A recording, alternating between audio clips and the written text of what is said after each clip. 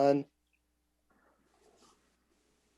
So it is 7 o'clock, and I'm going to call this Lacey City Council meeting to order on January 21st, 2021. And we're going to get started with the Pledge of Allegiance.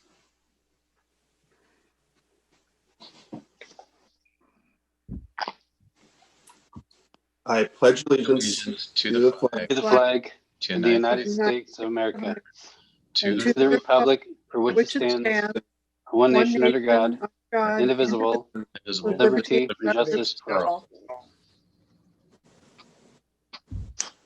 We have a motion in front of us. Can I get approval of the agenda and consent agenda items? Move to approve the agenda and consent agenda as posted. Second. It's been moved and seconded. Is there any discussion? Seeing none, all in favor of that motion signify by saying aye. Aye. Are there any opposed? That motion carries, and we have an agenda. Next up, we have public comments on items not on the agenda, and we have 34 people who've submitted written comments, and we actually have 10 more people who have signed up for public comment. But every one of those people who signed up for public comment looks like they're commenting on what will be an item later, which is under our ordinance that is talking about our Thursday County mitigation plan. And so what I proposed is that'll be resolution 1102 under number 9. What I propose is at that time we allow just a quick 1 minute talk from the people who signed up under resolution. And so this is obviously not how we normally do public comment, but since they've all are wanting to comment specifically on this item, I propose that we do it then, and we give them a minute instead of a full 3 minutes. And so does that feel like a good compromise for today? Yes. Okay, then we will let them in and go into an order of what they signed up once we get to that resolution. And so next up on our agenda today. Yes? I'm sorry, I'm getting a text here that Councilmember Stedman is trying to get into the meeting and nobody's letting him in. Okay, can Scott or someone we'll work on that. Send him. Yeah, can you send him a link to his email? We'll get him online here. Okay. That being said, now we will go into our next agenda item, which is a public hearing. And so I will actually open up this public hearing on the Comcast Communications Management Cable Franchise Agreement Renewal and turn it over to Steve Kirkman. Steve's there.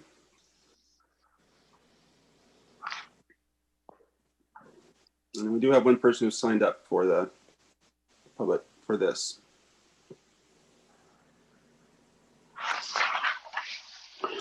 Hey, thank you and good evening, Mayor and Council. The purpose of tonight's hearing is to provide an opportunity for public comment regarding a proposed franchise agreement between the City of Lacey and Comcast Cable Communications Management, authorizing Comcast to operate a cable television system within the City of Lacey. Since about 1990, the city has granted a series of non-exclusive 10-year franchises to Comcast and its predecessor corporations.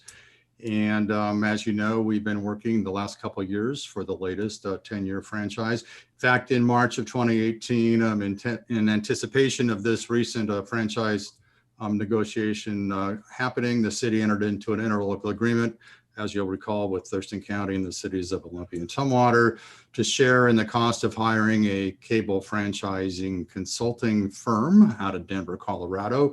That is Kissinger and Fellman to assist with the negotiation process. Ken Fellman of that firm is actually with us this evening. And soon we'll be bringing him up to go over some of the updates and changes to the proposed franchise. We also have Hans Heckman, who is a Senior Director of Government and Regulatory Affairs for Comcast, with us to respond to comments or questions council may have. At council's direction, following tonight's hearing, staff will prepare an ordinance adopting the franchise in its final form for consideration at your next meeting. And I think at this time, I will turn the microphone over to Ken Fellman to provide the overview, and then we'll ask Hans to step in and respond to any comments or questions. So Ken, take it away. All right, thank you, Steve, and Mayor and Council. Mr. Spence, nice to be with you again this evening.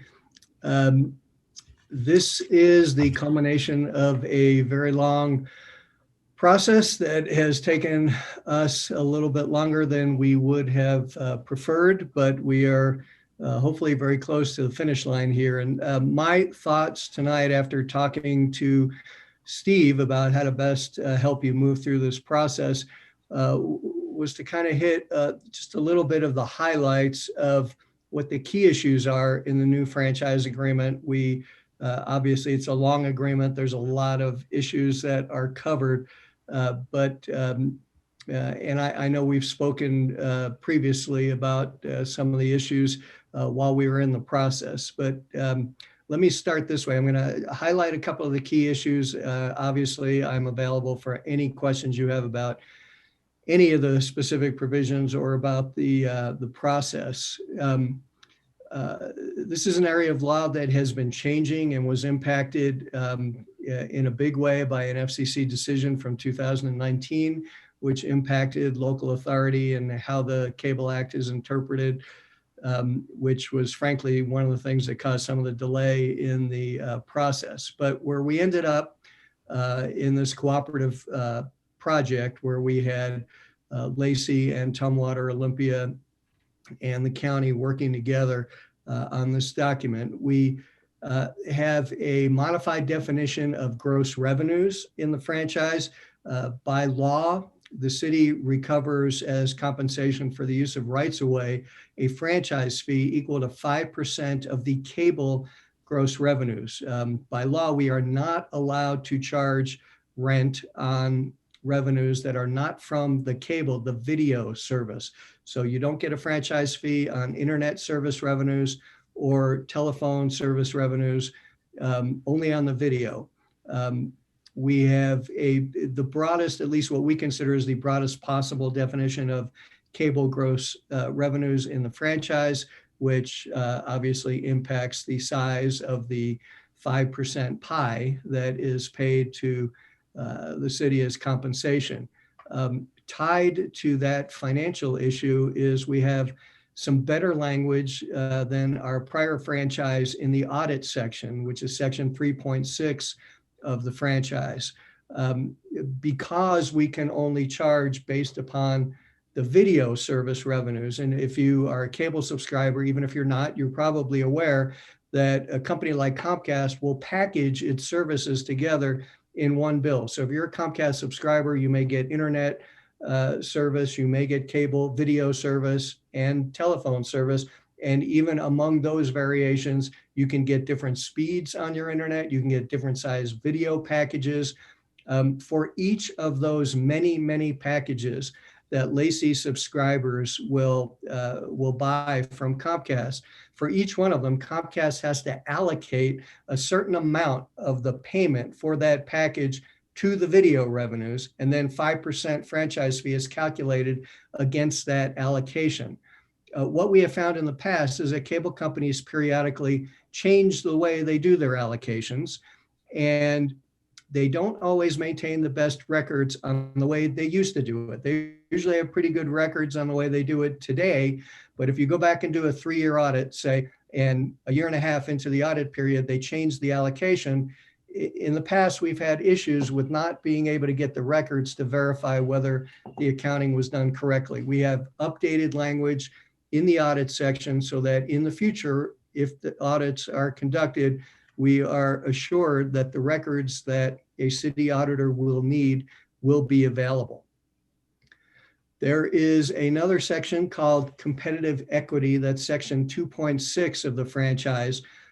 In prior years, it used to be common in cable franchises that we would have what was called level playing field provisions. And those were provisions that said, if another cable operator comes to town, the city is required to give that operator a franchise on the same terms or comparable terms and conditions as the incumbent, in this case, Comcast. The FCC adopted a ruling a number of years ago that held that those level playing field provisions were anti-competitive and that they were therefore preempted, and that cable or that cities could not be forced to provide the same terms and conditions to a new competitor, which would be coming into a market that is different in a competitive environment than it was when your original cable company first came in many, many years ago. What cable companies did in reaction to that ruling was come up with this concept called competitive equity, which I call reverse level playing field.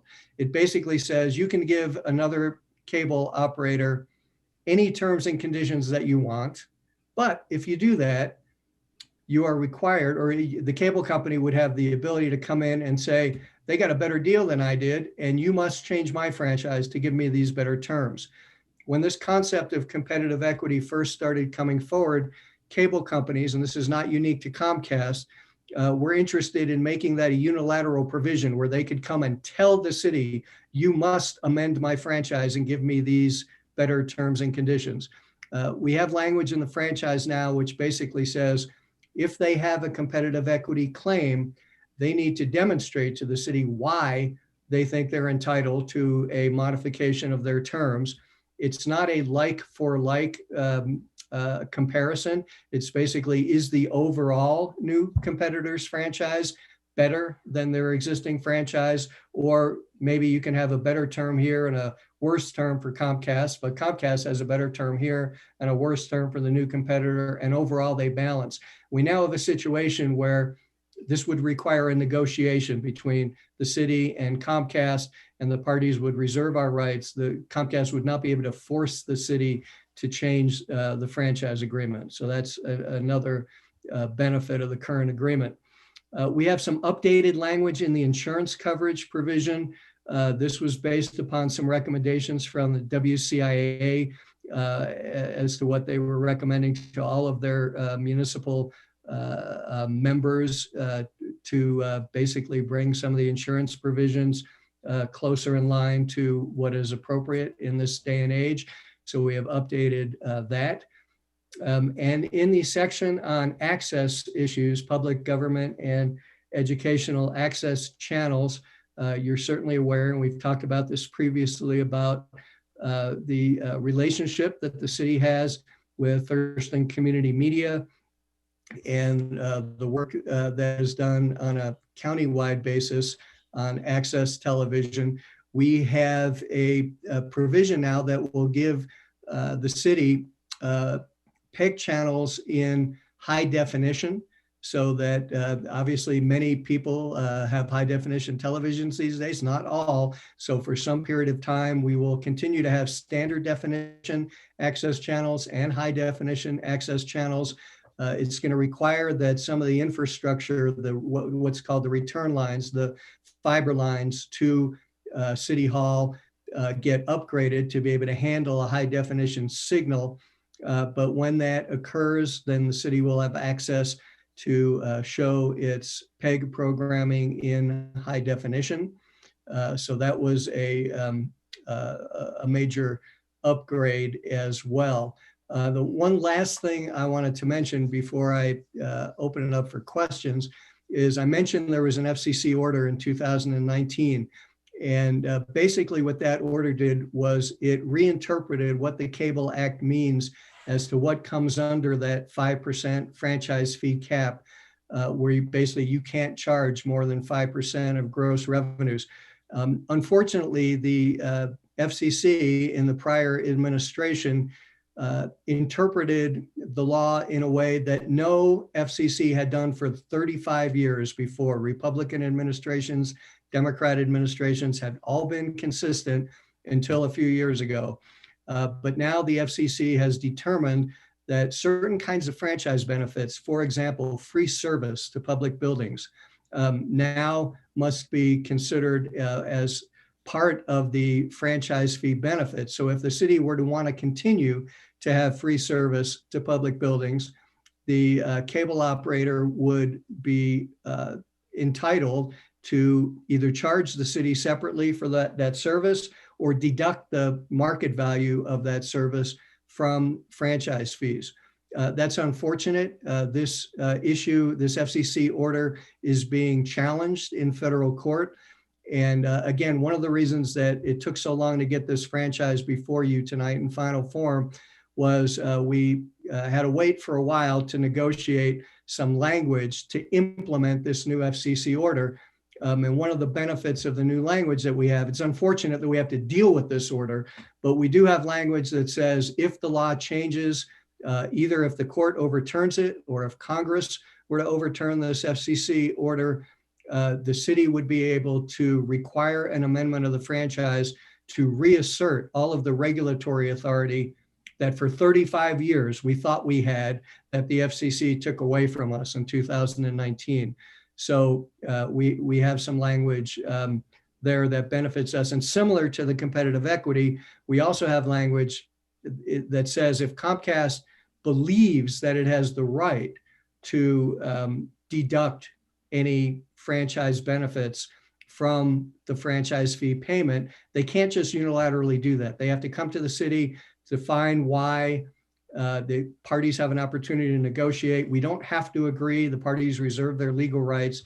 So again, it was one of those issues where we wanted to avoid giving the cable operator the opportunity to make unilateral decisions affecting the bottom line for the city. And we were able to accomplish that with this new language. So with that, I'll close my part of the presentation. I'm happy to answer any questions that you may have about it. Any quick questions? Then I'd like to open it up to the one person who signed up to speak on the public hearing. That's Deborah Vinsel. Can you let her in, please?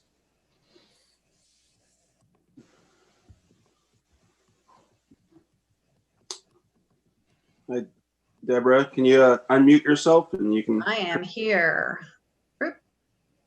Hi, how are Hi. you? Good to see you all. Certainly wish we could be doing this face to face, but it's good to see you all again. And before I start, I'd like to take a point of personal privilege and say hello to Councilmember Greenstein. The last time I saw him, we were appearing together on a radio program with Ken Balsley. And a week later, I got a notice that I needed to get tested for COVID. So I'm so glad to see Mr. Greenstein, and I know Ken is also recovered. I tested negative, so don't have to dodge that bullet, but it was an interesting week. So it's good to see you again, and I enjoyed our radio show, although the result of it was less than pleasant, spending several days in the hospital. Well, and I'm not really sure how I ended up not testing positive, because I was sitting between the two of them. So we were 6 feet apart, but I was in the middle. So anyway, I want to thank Steve Kirkman and the other staff people from Olympia, Tumwater and Thurston County for the hard work they've done over the last 2.5 years. I've been in community media for 37 years, and this is the 4th cable franchise renewal process that I've either been a participant in or a witness to. And I know that they can be long and drawn out and difficult and not an easy process to go through. And then on top of it all, we had the changes at the FCC that the FCC threw at everybody 2 years ago. So I know it wasn't an easy process. And I just want to thank Steve for the hard work he did on behalf of the city of Lacey and their citizens, and on behalf of Thurston Community Media. So we are very excited about provisions, some of the provisions in the franchise. Obviously, there are a few things that we wish we could change, but we understand that that's not possible.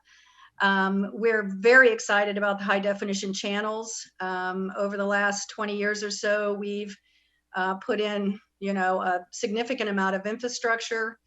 2 years ago, we invested over $150,000 in new playback equipment that is HD ready right now. So if there was an HD channel ready tomorrow, I could flip a switch and pump an HD signal out to the cable viewers in Greater Thurston County. So we're ready for HD when HD is ready for us. The one thing in this process that actually, was the oh darn for us was there are going to be changes in the relationship that we have with the building owner at Yager Way. We will have to assume responsibility for paying rent and utilities at the end of this year. And so we are working on restructuring some of our fee structures, beefing up our fundraising, and looking at ways that we can help to offset those costs.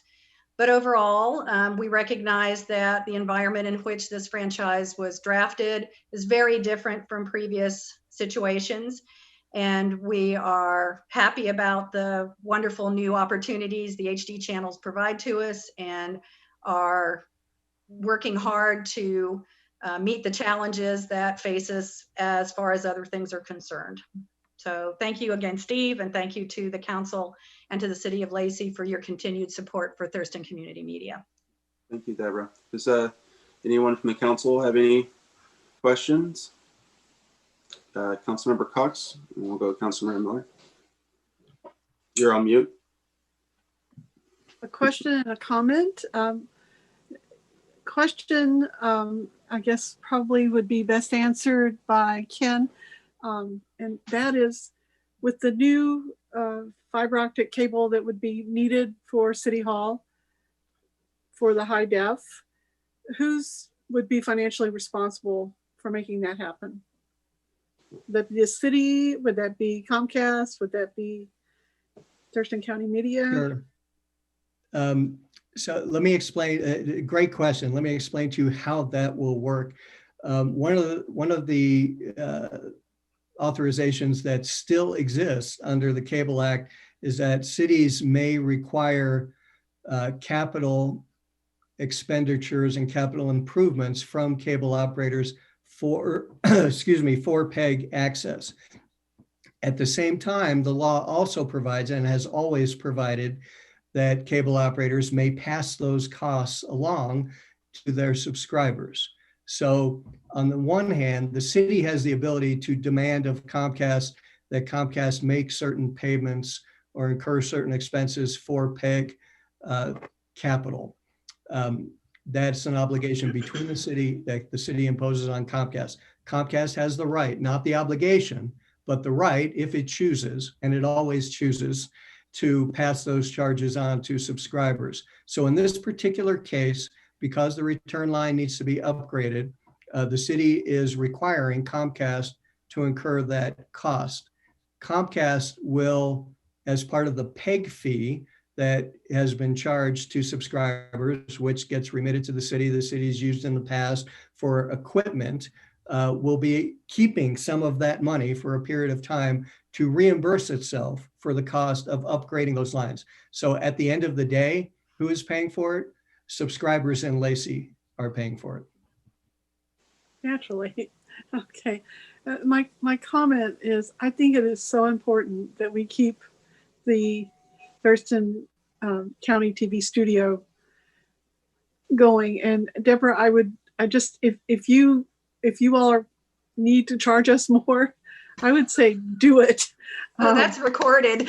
Well, I am but one council member, but I just, you all have done such great service to the city. And if there's anything we can do to help make that a reality, you would have my support to do that. Thank you for that. Councilmember Miller? Yeah, I heard you say that the 5% that we're receiving, if they're allowed to charge us for the places that they currently don't charge us, which are city buildings, is that right? City. Yes. Okay.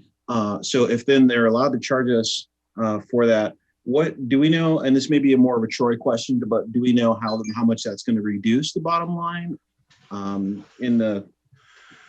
It shows here our bottom line is about 700 at this point. Yeah. Councilmember Miller, I think the way that would work at some point, I mean, Comcast may continue for some period of time to continue to provide the service. And this may be a question better posed to Mr. Heckman, but I suspect that what will happen at some point is you may get a letter from Comcast that says, we're currently providing this many free accounts to the city. And we have decided that beginning on this date, we're going to stop doing that. And if the city wants to get service at those locations, here's what we're going to charge. The only thing we know from the FCC order is they're allowed to charge whatever their regular retail price is. At that point, I think it becomes a policy decision for Scott to say, do we really need cable service at that location? If we do we want to just pay for it separately? Or do we want to let them deduct it from the franchise fee payment? So it's really hard to tell today how that might impact the bottom line, because ultimately Scott's going to be making the call of, do we want to even keep service at these locations? And if we do, should we let them deduct it from franchise fees, or should we just write a check for the bill every month? All right. Anyone else have any questions? I have, go ahead, Councilmember Cox. Oh, sorry, I'm trying to dredge up recollection from the last time we discussed that. Wasn't there some conversation about kids who are in remote learning who don't have broadband access, or who have very poor or limited broadband access? And were we able to improve that situation at all with this agreement? And unfortunately, we're not able to not just improve, but even address that situation at all with this agreement. Again, because remember, under federal law and state law, frankly, for that matter, we are only allowed to address the video element of Comcast services in this franchise, and we're not allowed to regulate in any way the internet services. Now, Comcast does have a low-cost internet package, and I'm sure Hans would be happy to tell you about that program, but that's not something that the city has the legal authority to dictate in a cable franchise or otherwise, for that matter. So my question has to do with 5G. You know, this council has passed some regulation that goes around 5G, and a lot of the cities have had conversations about 5G because of the amount of public space it takes up on poles, and you need more of them.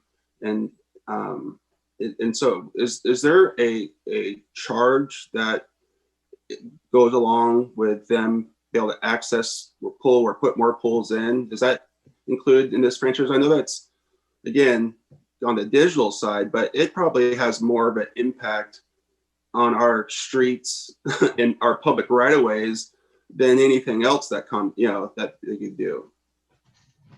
Yeah, Mayor, I agree that it will have more of an impact on your rights of way than almost any other kind of broadband network infrastructure. And in the work that I do, I work with local governments on basically all things telecom. So a lot of the work I do is cable franchising. I will tell you that most of the work I've done over the last 2 years has been wireless 5G rights of way agreements. And again, because of the way the Cable Act is structured, those issues can't be dealt with in a cable franchise. There are other ways to deal with them, and that involves your land use code, your streets code, the kind of license agreements or master permit agreements that you might want to adopt in dealing with companies that are putting in 5G infrastructure. So there are some authorities that the city has to deal with those kinds of things, the aesthetic and other impacts that it has putting those things in the rights of way, but it's unfortunately something that's completely separate from the cable franchise.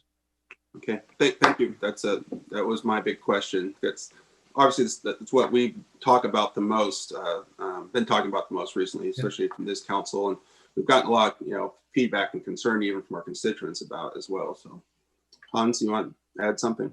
Sure. Just to add that 5G is a competitor to us. We're already built. We're delivering services that 5G is looking to come in and deliver. We've got gigabit speeds in your community today, have for over 2 years now. So they're going to come in and build a network that aims to compete with us, and it delivers similar services in a different way, right? They've got a wireless component to it. They're basically a fiber and small cell, i.e. wireless way to deliver. We are, a fiber and coax all the way to the home or to the premises, right? So we're not in that space. And again, we're already fully built out. Oh, good. Thank you. That's good to know. Is there any other questions or anything about this? Okay, well, thank you so much. I will then close this public hearing on the Comcast cable communications franchise. Appreciate it. So next up on our agenda is resolution, resolution 1102 to accept and place climate action plan on the 2021 Planning Commission work program for review and action. And I know this is going to be Jessica to give this update on this resolution.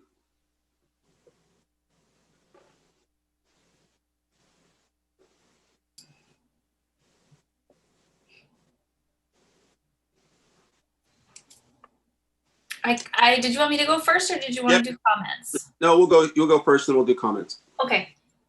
Sounds good. I'll share my screen then.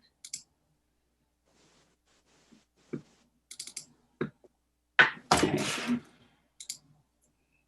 Well, good evening, Mayor, Deputy Mayor, Council.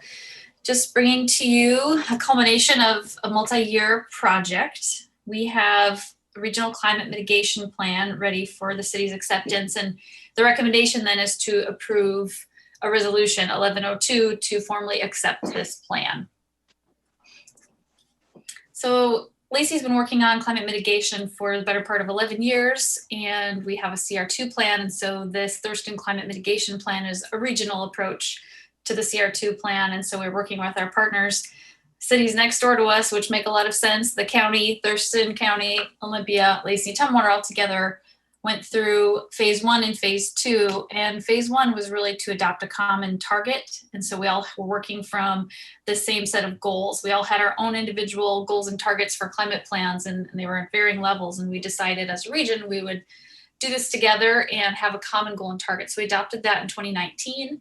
And then the next step of that was phase 2, which was really to figure out the plan for how do we reach these goals and targets for 2030 and 2050. And so that was phase 2. We developed strategies and actions to reach those targets. And we just finished that work. And so the next step is for all of our jurisdictions to formally accept that plan and begin the next phase, which is actually implementation, where we get into much more of those details of how we're actually going to get there based on our strategies we've developed. And these strategies, we're calling a framework, a roadmap, whatever you want to call it. There's kind of these high level strategies and actions that all the cities agreed would help reach our goals. And this was based on some scenario modeling we hired a consultant to help us do. And so if we did certain actions, would get us to our target. And we determined this set of actions and strategies would get us there, from greening our grid, shifting our energy sources, having more dense neighborhoods, better transportation, of course, trees and tree canopy for storing carbon side of things, and then just building local capacity, education, outreach, advocacy, things like that also would become part of this big package. And when we look at implementing this framework, the idea of equity came up throughout the whole conversation over the past 2 years of, as we implement some of these things, how do we make sure that we're bringing people along and that it's done in an equitable way?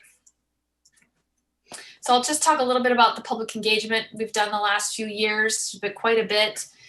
We had advisory work group meetings. And so there was an advisory work group, had 32 different stakeholder members from across the region, the community, of just different topic areas represented, from business to agriculture to buildings and energy, etc. And they met 6 times from June to July. We had focus group meetings, which were a lot of those people in subgroups in addition. So there was 103 people involved in that process. We did online surveys, which had 1,397 responses. We had pop-up booths and events, interviews with people to specifically dive into topic areas. a variety of community liaisons and community presentations throughout the community. We had 30 different presentations given from August 2019 to December 2020. Social media, we had a lot of interaction online, 6,100 unique users. And then we did an online open house this fall, which had 656 users. Had an email list throughout the entire project, and our contact list for just emails is 674 people. And just throughout the whole, project, we received public comments, and, that was kind of came in from just a variety of people throughout that whole process. And, we try to engage people throughout, and you put it out there, We tried to do as best we could of getting the word out to people. So we use traditional media like radio stations, Thurston Talk, newspapers. Of course, social media, like I mentioned, was really successful relative to some of the other ones. Of course, our PIOs shared information throughout their networks. We used our local library as well to put information out as we started the process. And then again, after the plan was reviewed, we put information out in existing newsletters that we use as the city. So the Stream Team newsletter, we use Lacey Life, which is our utility bill insert. And we didn't do a specific mailing to every individual household because we didn't have $10,000 for that, but we did hand out several thousand postcards and flyers at events and locations throughout the county, definitely throughout the summer. And if you want to read the full list of public engagement, Thurston Regional Planning Council has that on their website as part of the appendix of our plan. And I guess I'll highlight some of the themes I heard when talking to people, when receiving emails, when working with the stakeholder group. We had the gamut of comments, but if I were to really summarize the two I heard the most, it was do something, take action, start working on this for Lacey, keep working on this. And the second one was don't leave people behind. And so I thought that was really important to highlight. I mean, we had a comment specifically from a Timberline High School student, and she's very passionate about this. She organized the 2019 Olympia climate strike down at the Capitol. She was a Timberline student. And then just kind of a variety of people who represent social services from housing to the food bank who are really, saying, yeah, this is great. We just got to make sure we're helping our low-income residents. If we change anything, how do we consider them in this whole process? And we couldn't agree more. That's definitely been something we've been talking about from day one as we started this. And there's just the idea that this will solve multiple issues from housing to transportation to job creation. And that was something that's been integral to this whole planning process as well.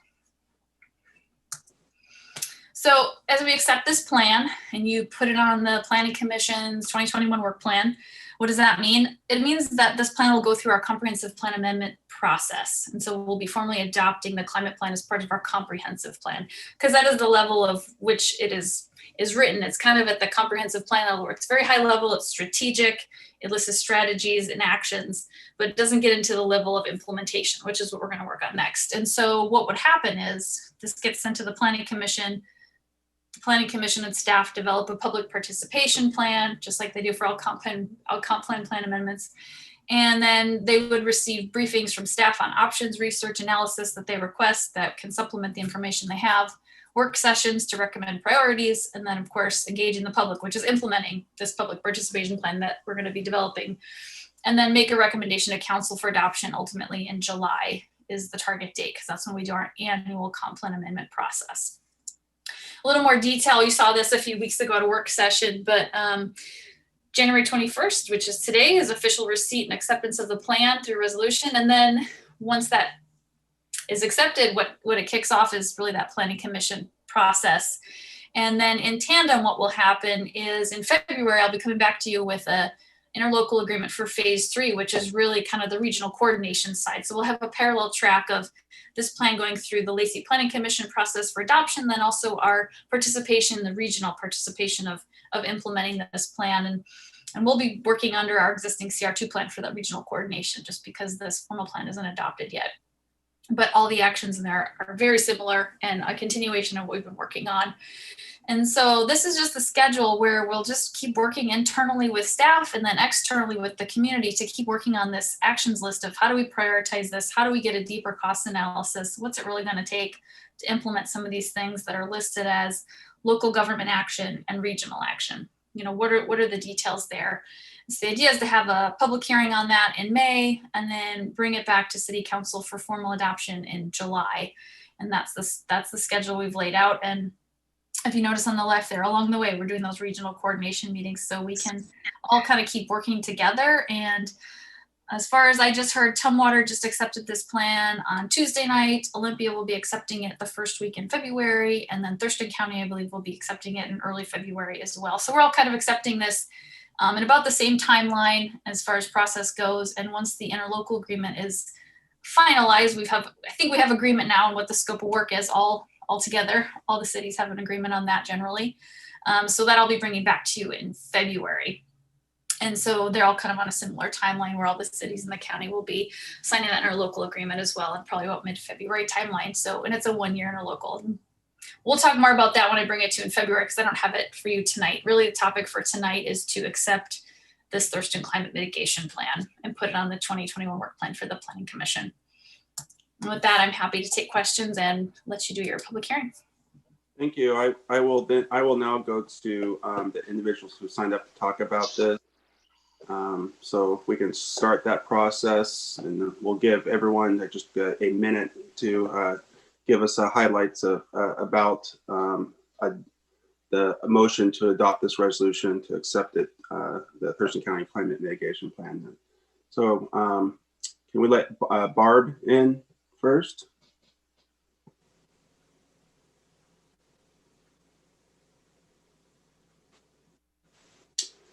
There you are. If you can unmute yourself, Barb, and introduce yourself real quick, and you got a minute. Okay. Oops. Okay, real good. Thank you. Thanks for letting me say a couple of words tonight. First off, I'm a volunteer with the Thurston Climate Action Team. I had been a TCAT employee, but I retired last May so I could spend more time with my grandchildren.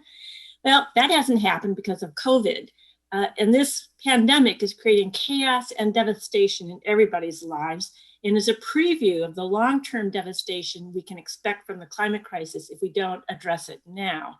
So I'm here to ask you that you address the climate crisis by accepting the Thurston Climate Mitigation Plan and by allocating the funds and the staff to do the hard work necessary to implement all the actions in it.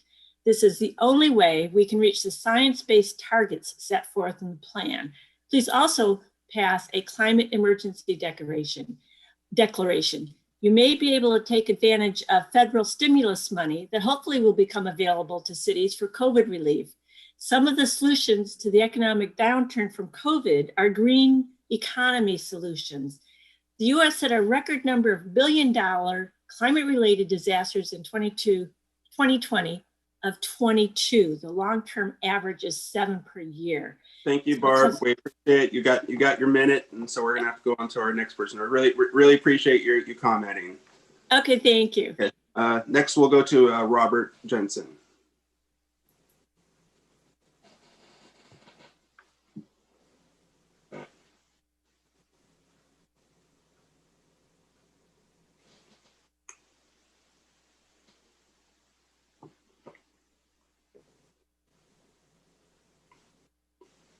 There you are. You can unmute yourself, and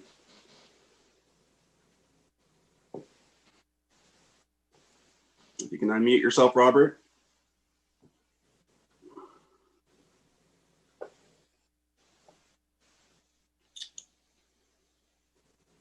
Yeah, I still haven't unmuted yourself. There you go. Now I'm unmuted. So thank you very much for the honor to speak. I submitted briefly written comments, and I'll briefly emphasize those. My wife and I have been residents of Lacey for over 45 years in the Lacey City and the urban growth area. We are currently members of Panorama, and it's a senior community. I'm sure you're aware of it, and we have over 1,000 residents, and we are people that have interest, not only the young people, but the older people as well. Have an interest in climate and the changes that are happening very fast. This is an opportune time because the Paris Accord has just been signed or agreed to by the new administration. And so we're already behind on reading climate change goals. Lacey is a very progressive city. I used to be on the city council, and I know that. And so I urge you very much to approve this as soon as you can, and do everything you can to coordinate with the other jurisdictions to make this a real action for the city of Lacey. Thank you, Robert. Appreciate your comments. Thank you. Next up, we have Carolyn.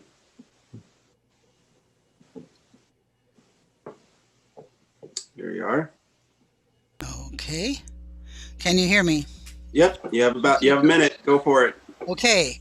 I'm here to ask you to approve the climate action plan and furthermore to declare a climate emergency. In 2007, I attended my first training with Al Gore in the early days of his organization, which is now called Climate Reality. And I watched 400 slides at least showing the very impactful and scary evidence of changes that were already happening way back then. Even more scary than those slides were the predictions by worldwide scientists of what could possibly, maybe, happen by the end of this century if we didn't change our business as usual actions. But we're only 20 years into this century, and most of the worst case scenarios that they showed are already happening. I find that absolutely terrifying. The rate of climate change is increasing ever more quickly with more consequences than we can possibly comprehend. We are in a climate emergency and we need to recognize this and act accordingly. Under threat are the ecosystems that sustain life. Thank you, Carol. We appreciate your comments. You've reached your minute, and we're Okay. going to go to our next. Thank you so much. Next up is Georgina. It doesn't look like Georgina is in attendance. Correct? Okay. Then Nancy.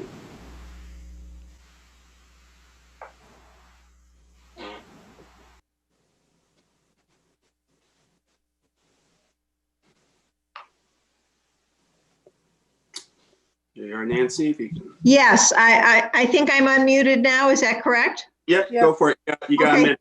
Thank you. I'm here today to support the acceptance of the Thurston Climate Action Mitigation Plan. Your action today will establish a framework. And still, we need to reduce the impacts of climate change. So you will need to implement the parts of its science-based targets. I urge you to stay the course. I'm also here to support the resolution declaring a climate emergency, which recognizes climate change as an existential threat to the life of this beautiful planet and to the survival of humanity. Between the written lines of that text, the resolution recognizes that we must all take action to avert tragedy. We cannot wait for other leaders to shoulder the responsibility. We need to take action at the individual, local, state, national, and world levels to restore the climate for future generations. As elected officials, this is the time for you to see the light and stay the course. As daunting as it is to take steps to recognize and mitigate climate change. Thank you. Thank you, Nancy. You reached your minute and we appreciate your comments. Thank you. Next up, we have Joe Hiss. Joe is unable to connect. He had some technical difficulties. No problem. About Tish.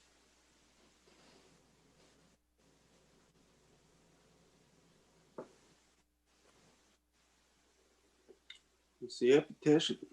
Perfect. Got it. Hi, I'm Tish Levy, and I'm a fairly new resident of Lacey. At age 81, I relocated from Santa Rosa, California, where I was a climate journalist and where there's no fire season anymore. It's a year-round event. While I was reading the Thurston Climate Mitigation Plan, which is very impressive, I realized that what people in Northern California have been experiencing for years will soon become common here. The last 4 years have shown that local, regional, and state governments can make a difference in dealing with the climate crisis. And that's why it's critical to adopt and implement the Thurston Climate Mitigation Plan and the Climate Emergency Resolution. We are running out of time. We basically don't have any anymore. And it's our youth who are really going to pay the price. I'm so glad that you included them in developing this plan. And I urge you to adopt it and to do everything you can to implement the different facets of it. It's very comprehensive and I think it will be very effective. Thank you, Tish. We appreciate your comments. Thank you. Next up, we have Phyllis.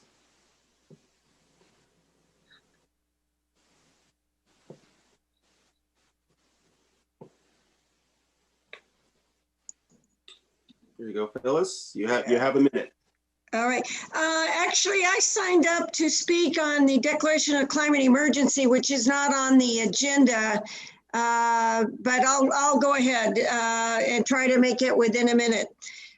Greetings, council members. Thank you for the opportunity to speak tonight in support of declaring a climate emergency. My name is Phyllis Farrell, and while I do not live within Lacey city limits, I live close by in unincorporated Thurston County, and I taught in North Thurston Public Schools for 33 years. I'm one of 469 people countywide that signed a petition asking for climate action, and 129 Lacey residents signed another petition. I want to speak to you tonight about how climate change is affecting us here in Thurston County with higher temperatures, reduced in-stream flows for salmon, and poor air quality due to wildfire smoke and emissions. These problems will get worse unless we take immediate and strong action to call the situation what it is, a climate emergency. The city of Tumwater adopted their resolution Tuesday night, and Olympia will be considering it February 2nd. The emergency doesn't just affect city jurisdiction, it affects all of us regionally. So I urge you to add Lacey's weight and declare a climate emergency soon. This will encourage the jurisdictions to adopt the necessary measures to address this emergency.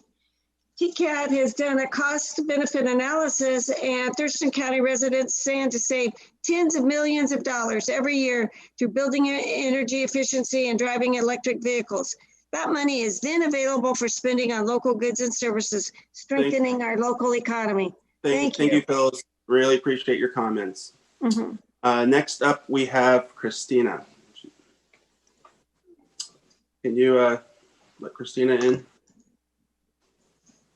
Can you introduce yourself real quick, Christina? And you have a minute. You bet. Thank you. Thank you for having me speak tonight. My name is Christina Janis. I am the Government Affairs Director for Thurston County Realtors. I have submitted the plan. I think, Jessica, you probably got a copy of our position statement today as well. Thurston County Realtors Association recognizes the importance of coordinated and effective action to reduce the impact of climate change and commends the work that has already been initiated by the TCMP. All citizens must take this issue seriously for the benefit and sustainability of our communities. However, we also recognize the potential harmful impact and additional burden that may be placed on homeowners, business owners, and property owners in our communities. We must carefully balance between protecting and sustaining our environment and the economic impact on all of our members of these communities. Realtors have always recommended policy that incentivizes as well as outlines the clear path to the solutions rather than regulation.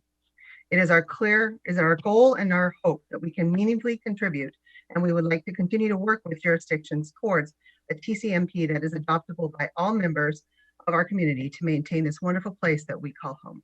Thanks, guys. Have a great night. Thank you so much. Thank you for your comments. Then the last person we have is Dr. Wood.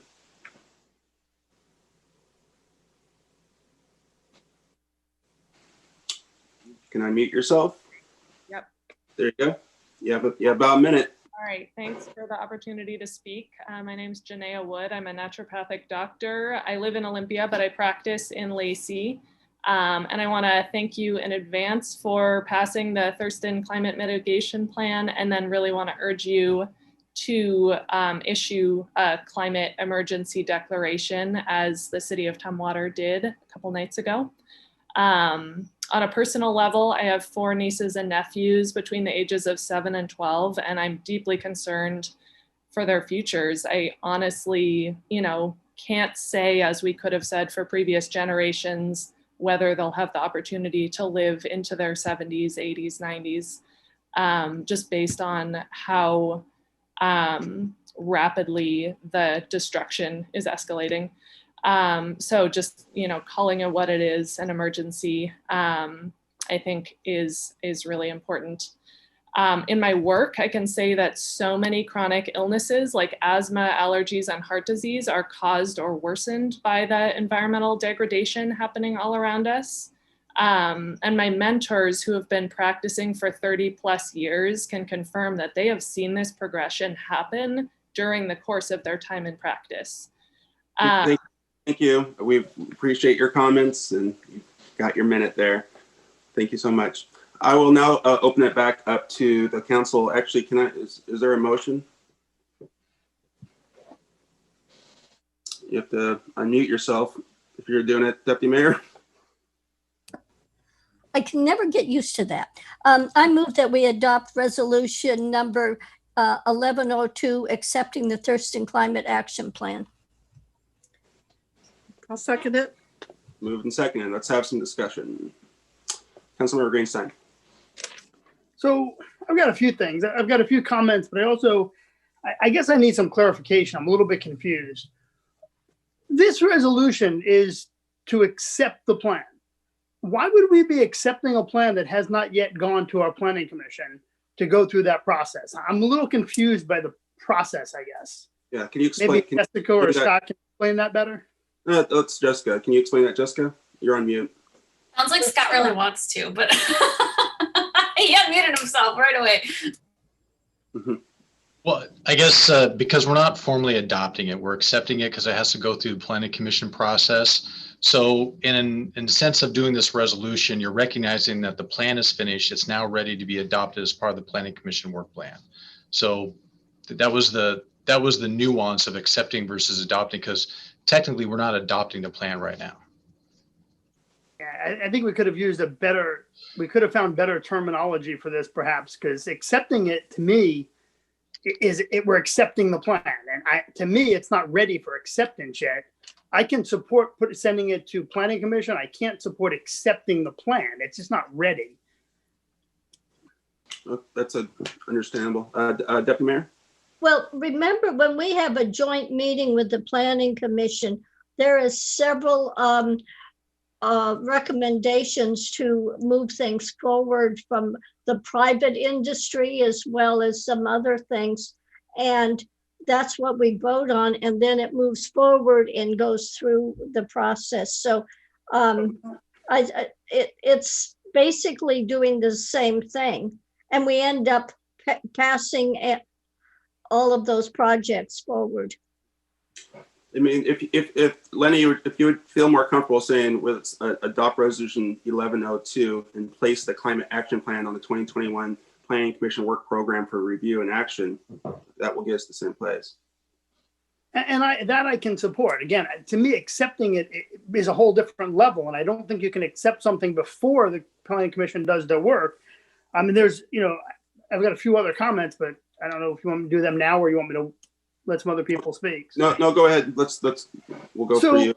Yeah, I mean, again, so I would support it going to the Planning Commission in the hopes that they're going to do a very significant public outreach. I don't think that Lacey's community has been well reached at all in the prior outreach. From the numbers I've seen, from the numbers we were presented with last time, if I recall, it was about a dozen people that answered the survey that actually live in Lacey, which is not a representative number in any way.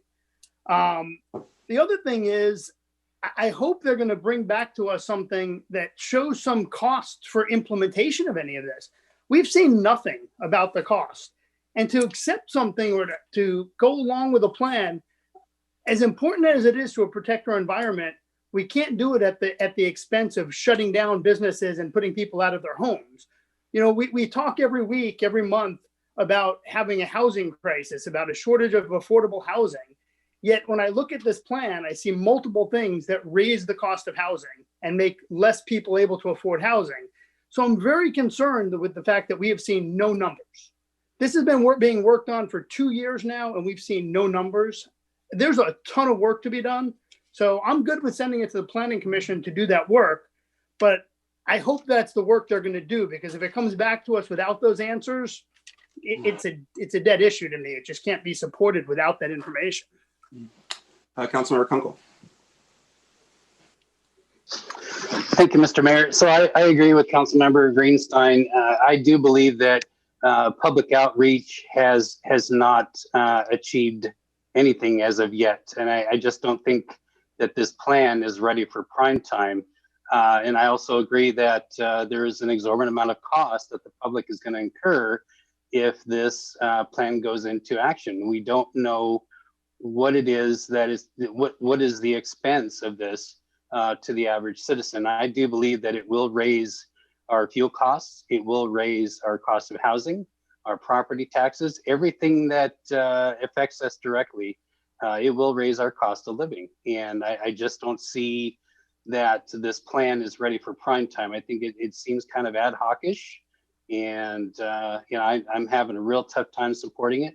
I will agree with what Councilmember Greenstein said regarding sending it to planning with the understanding that we need more data about public support and the cost that this is going to incur on the citizens, and completely open and transparent where the majority of the public understands what is going on. And I want to hear more public comments. I want to hear people who object to this climate plan and why. I want to hear some debates. We need to open this up, and I just don't think that we're ready for it.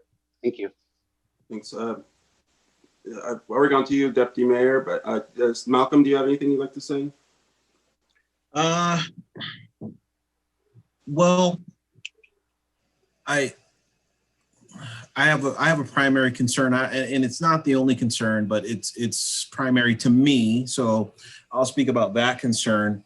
One of the concerns that I have is housing, and we just don't have enough of it in this county.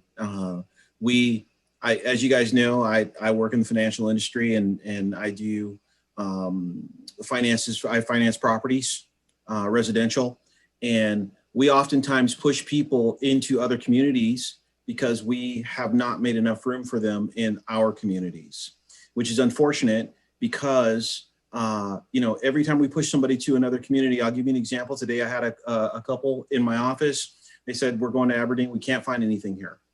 And so every time we do that, the net effect of that is that, all that disposable income goes and bounces around another community. And that irritates me, because our small businesses need that disposable income now more than ever. And so the plan, I see the part that there's two parts of the plan that affect that. And I think the most are the gopher mitigation lands and the carbon sequestration lands. I don't know to what extent we are going to, sequester lands. And so that's a concern for me, because not that I don't want to sequester lands. I grew up here in the state of Washington, just like most of you guys. And it's not that I don't want to sequester lands. I'm just wondering how much and to what extent, because I know that that's going to prevent us from providing housing for people who want to live here. And without housing, we're going to suffer in different ways. A lot of businesses can't come here because without housing, we can't have people, or workforce, which is very important. So, as it is now, we have a limited workforce, which means we can have limited amounts of economic, stability or economic growth. But if we cap that off, then what are we doing? Are we saying that we're going to remain at our 300,000 people period for who knows how long? That's my primary concern. I know that's just a small part of what this discussion is about, but that's to answer your question. Do I have a concern? Yeah, that would be it. Okay. Councilmember Cox. Well, I certainly hear the concerns about affordable housing and the costs of all this. And I think as a council, we have to look at the whole big picture and try to find a balance in this. I've sat through these meetings as the alternate for the past 2 years, done the work, and I really feel like what's being presented to us right now is a package that is not something that's going to happen overnight. This is like a 30, 50-year plan that we chip away at. About 25% of what's in there, we're already doing. And so I don't think anybody is wanting to push us to bite off more than we can chew at one time. But I do think it's really important that Lacey take this step and be an active and full participant in the regional plan, because if we each work in our little silos, we don't really accomplish, moving the needle significantly. It's going to take all of us pushing together to do it. So I do again appreciate the doubts that some of you have, and I think some of us will never really agree on climate and climate science and all, but I think we are at a precipice and it's time to take action. So I will definitely be supporting this tonight. Thank you. Deputy Mayor. So I want to back up. One of the things I know Lenny or maybe it was Ed was concerned, or both, about public engagement, but Jessica ended up showing a slide of how much outreach there was. People may or may not have commented, either because they didn't have time, they're comfortable with it. I think people that are adamantly against it would have spoken up a lot more than you think, because that's what people do. But a lot of it also is people are busy and they're just saying, okay.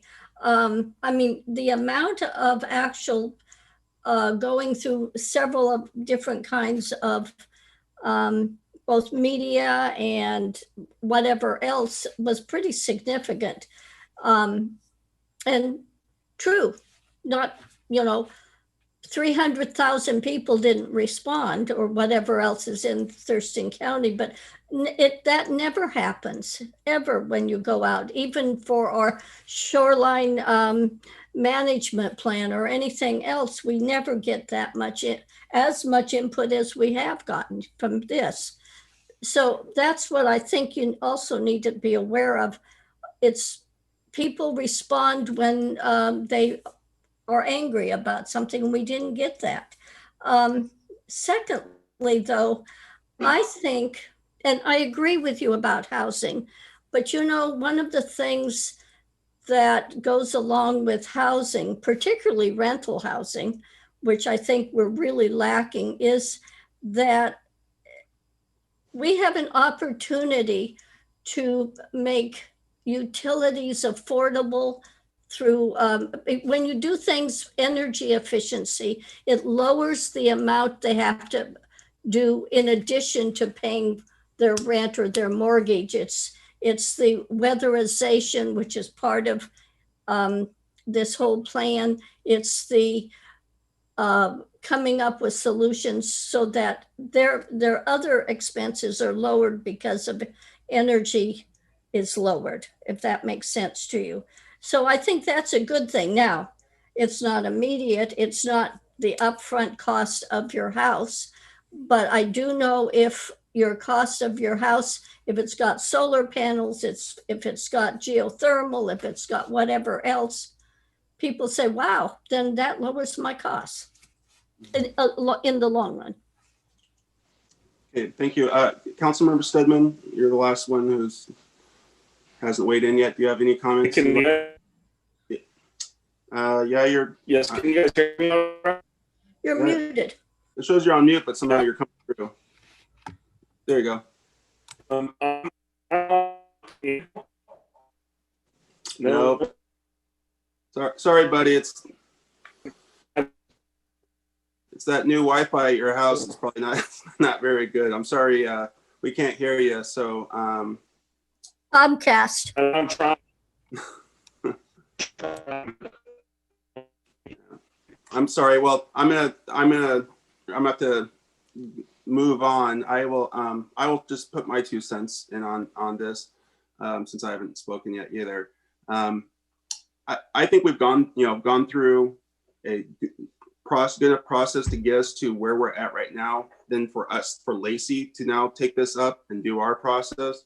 I like the fact that we're going to be accepting a framework that's been worked on regionally, and then it's going to go to our planning commission to do the public outreach, the heavy lifting, to come back, and it also gives us council more opportunities to weigh in on that process as the planning commission goes through it as well. So we can narrow down some of these costs. You're right. Right now we don't know all the costs, and so that's what the heavy lifting is that we're going to now put on our planning commission to get some more information to set some goals and some achievable goals. And I believe that we're going to come up with a, through this process, the next step of this process, come up with some good recommendations that I think this council can fully support. There's a regional framework, and then there's the jurisdictions are going to have to find where, the things that they can support and go forward. And that's what will happen in this next phase of this process. So for me, it makes total sense to accept the framework and then start the heavy lifting over the next several months of drilling down into this plan and figuring out what that looks like as we adopt it into our comp plan. So there's a lot of time for us to receive more answers to the questions that we have, but we obviously need a framework. That's what this is. And then Jessica has a lot of work to do to come out with the outreach like she explained and collect information, and we'll discuss it with the council, and then we'll see what we can hopefully move forward with some consensus. And that's what's before us, and that makes a lot of sense to continue making that progress. And so I will be supporting that. Mayor, I can sort of hear you. What if I went really slow? I put a hotspot on my, so hopefully I can at least get my message across. Yep, go for it. All right. I heard some good key words as in framework. I heard in discussion from public speaking and degradation of our environment. I think that warrants a next step. This implements nothing and costs nothing. It does, however, foster a healthy conversation and discussion. Opposition's had just as much opportunity as anybody else to speak on this, and we shouldn't be scared of a difficult discussion. Scare tactics and fear mongering just leave out the good ideas of how to implement this, if we implement any of it at all. So I think, like you, Mayor, this warrants the next step and moving on and seeing where it goes from there. So, I think we're at that stage. We've heard from everyone. It's been moved and accepted, and we can name it this way, to adopt this resolution 1102 and place the climate action plan on the 2021 Planning Commission work program for review and action. There's been a second on that. All in favor of that motion, please signify by saying aye. Aye. Aye. Any opposed? One opposed, and the motion carries. Thank you, Jessica. Thank you, everyone that's been doing the great work on this. It's much appreciated. So next up, under ordinances is the Ordinance 1579, the restrict of the retail sales of dogs, cats, and rabbits in pet stores. So Sarah.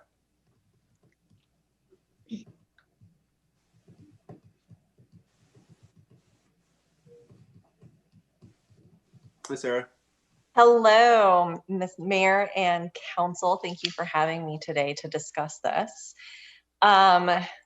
As you are aware, the Joint Animal Services Commission sent a letter to the City of Lacey as well as the City of Tumwater and Thurston County recommending the adoption of an ordinance that would ban the retail sale of dogs and cats within city limits. This ordinance comes as a recommendation on multiple levels. First off, being that an ordinance like this is preemptive. We are not infringing on anybody's current businesses right now within the City of Lacey. And the two pet stores that we do have, Petco and PetSmart, would not be affected by this ordinance. They do not sell dogs or cats within their store. This also allows for us to protect our constituents. A lot of pet stores that sell puppies and cats, specifically from puppy mills, have a lot of predatory lending practices. So if you cannot afford that puppy, you can take out a high interest loan in order to pay for that puppy. But if things do not work out, you're still responsible for paying that loan regardless of whether or not you still have the animal. Second to this is that it, besides not affecting any current businesses, it's also business friendly.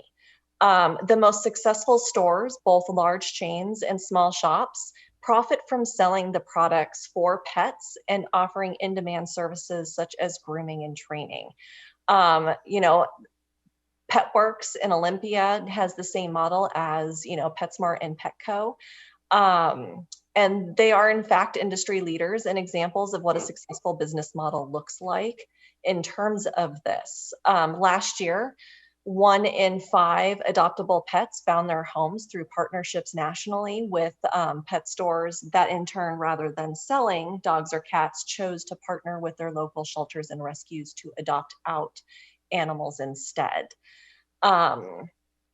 This ordinance does not take away consumer choice consumer choice because reputable breeders or individuals who are looking to breed their dog or cat, they sell directly to the public. They do not use brokers and they do not use pet stores. And point in fact, most reputable breeders who belong to their local breed club, they have a code of ethics that prohibits them from selling their puppies or kittens within a pet store. And this legislation does not prohibit individuals who choose to breed their pet and place litters with interested individuals or families. This will solely prohibit the retail sales of dogs and cats within pet stores because the only puppies and kittens that are coming into these pet stores are directly transported from puppy mills in the Midwest. It's also our responsibility to help fill a gap legislatively. In 2016, when the 45th president took office, they actually removed all the information for the Animal Welfare Act that allowed us to monitor the FDA inspections of these puppy mills. And since then, regulations have actually loosened even more. And so whereas fines or other items would have been in place, they can now have teachable moments when they are violating FDA health codes as well.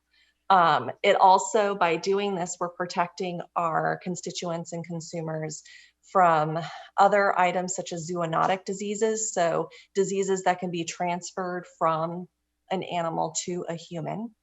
There was an outbreak of some flesh-eating bacteria a few years ago, and it came from a pet store. And so by doing this, we can actually protect our constituents by enacting an ordinance such as this. So it is JASCOM's recommendation that the City of Lacey enact an ordinance to protect the constituents and the community as well as the animals within the City of Lacey. Thank you. Can I get a motion, please? I move that we adopt ordinance number 1579, restricting the retail sale of dogs, cats, and rabbits in pet stores. Second. Been moving second. Discussion. Councilmember Kunkel. Yeah, thank you for being here, Sarah. I really appreciate it. I'd never heard of a outlet that would actually let you borrow or loan on an animal and pay exorbitant interest. I don't know if it's appropriate to say which outfits are actually doing that. The puppy world that was in Olympia, that moved in prior to its exit in 2020, was one of those entities. The puppy world that's in Puyallup does the same thing. And it was actually on the news in 2015 where a family purchased a husky puppy from them in Puyallup. And what was originally a $5,000 puppy ended up being closer to $12,000 after the high interest loan that they had to sign for, and then because it's a husky, they were not necessarily, they were first-time pet owners. They ended up rehoming that dog, and then were stuck with that high interest loan, even though they did not have the pet anymore. So Dave, I'm going to put you on the spot. I do not see where predatory lending is anywhere in this resolution or in this ordinance. Can you point out to me? I know we had this conversation that we wanted to add that. I just don't see the language anywhere. Well, what I was directed to was whether or not online sales were going to be prohibited in here. That's what we were discussing previously. So is that how we're... Right. So the predatory lending would, because for the simple fact in the ordinance is written that the business cannot have monetary gain with a sale or adoption of an animal, that would stop that, because they're not allowed to make money on the adoption of the animal in the store. That also prevents what has been happening is puppy mills have like a broker third party that is a nonprofit that they funnel rescue adoptable pets through, and then they adopt animals out.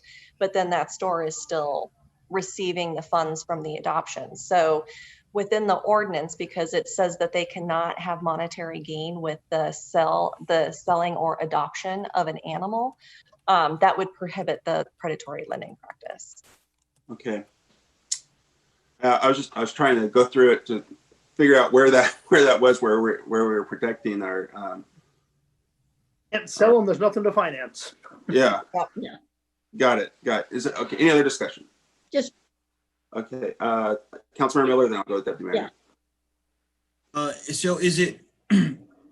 First of all, thank you for being here, and I appreciate what you're doing, and your efforts are good.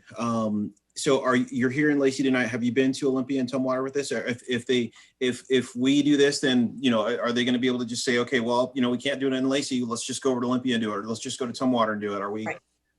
So that's what we're doing right now. The city of Olympia has already enacted such an ordinance. I have spoken to the city of Tumwater, and they will be moving forward with an ordinance as well. And I have also spoken with Thurston County, and they are considering an ordinance for unincorporated Thurston County, so we can fill that gap. Because what can happen, and you're absolutely correct, is they could just once, decide to have a lease in one of the other city limits or town limits and open up shop there. And so this prohibits them from kind of hopping and finding a different spot within our community. And one of the things that I'd like to point out too is this is something that your constituents are very, very for enacting this ordinance. When Puppy World came in Olympia, there was daily protests outside the store. There was daily public people were going to the city council meetings and speaking out against having that pet store in their community. And so this is something that your constituents do want as well. They don't want puppies or kittens being sold from mills and being shipped into their community when we have plenty of reputable breeders as well as other shelters and rescues that they can get a new family member with. Thank you, Deputy Mayor. I'm on JASCOM, so this came up earlier, but I just want to point out one of the things about puppy mills is that a lot of times animals are just made to breed and breed and breed and breed, and they don't look after the puppies that once they're born, and so they can be sickly. It's just painful to think about, if you care about any kind of animals like dogs and cats, how inhumane that is. So that's why I really totally support this, not to mention the fact that it's not good for the people trying to purchase these dogs and cats. Is there any other discussion? I ended up finding the prohibition of retail sales of dogs and cats. So I just couldn't find it in in the ordinance, but I see it there at the end there. Is there any other discussion? Seeing none, it's been moved and seconded to adopt this ordinance restricting the retail sale of dogs, cats, and rabbits in pet stores. All in favor of that motion signify by saying aye. Aye. Aye. Is there anyone opposed? Then the motion carries. Thank you, Sarah. Thank you. So next up under ordinances is ordinance 1580 to approve the Serendipity Carpenter Road annexation.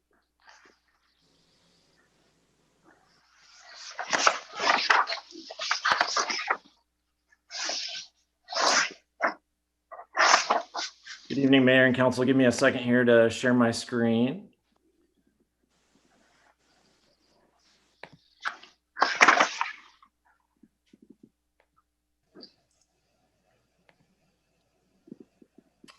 So you have an ordinance in front of you tonight related to an annexation petition that the city received from Serenity Apartment Homes LLC and the estate of Patrick Hefferman using the 60% petition method.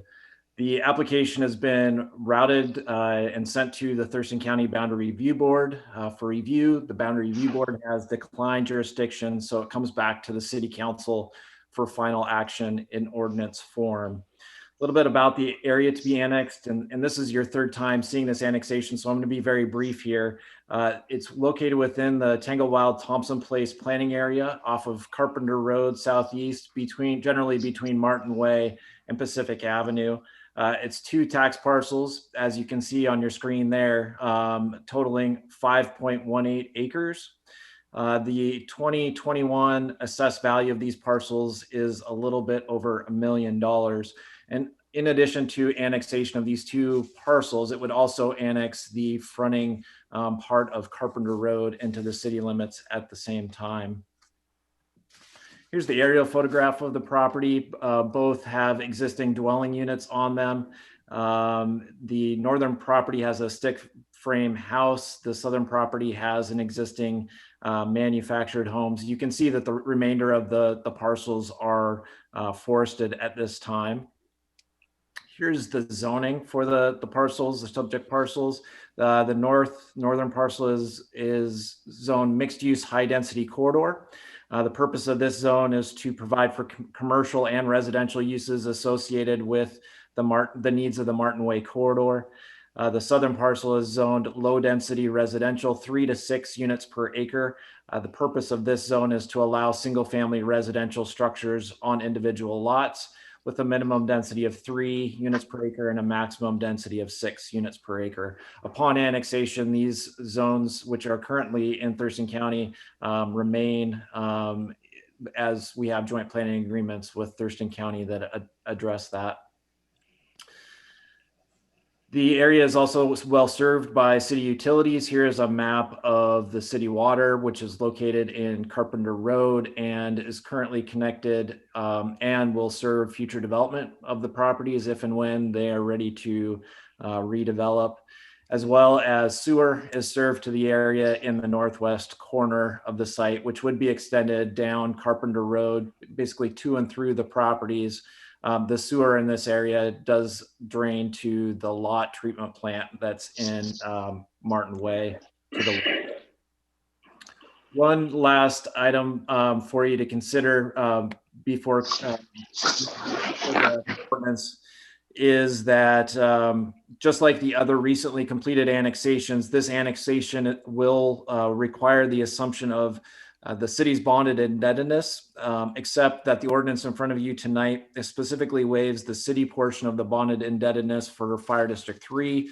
This is to prevent the property owners from paying both the Thurston County fire levy as well as the Lacey fire levy. So they do have to assume all levies except for that Lacey portion of that fire levy. So in front of you tonight, you have an ordinance to adopt this annexation. With that, I'd be happy to answer any questions you might have. Get a motion.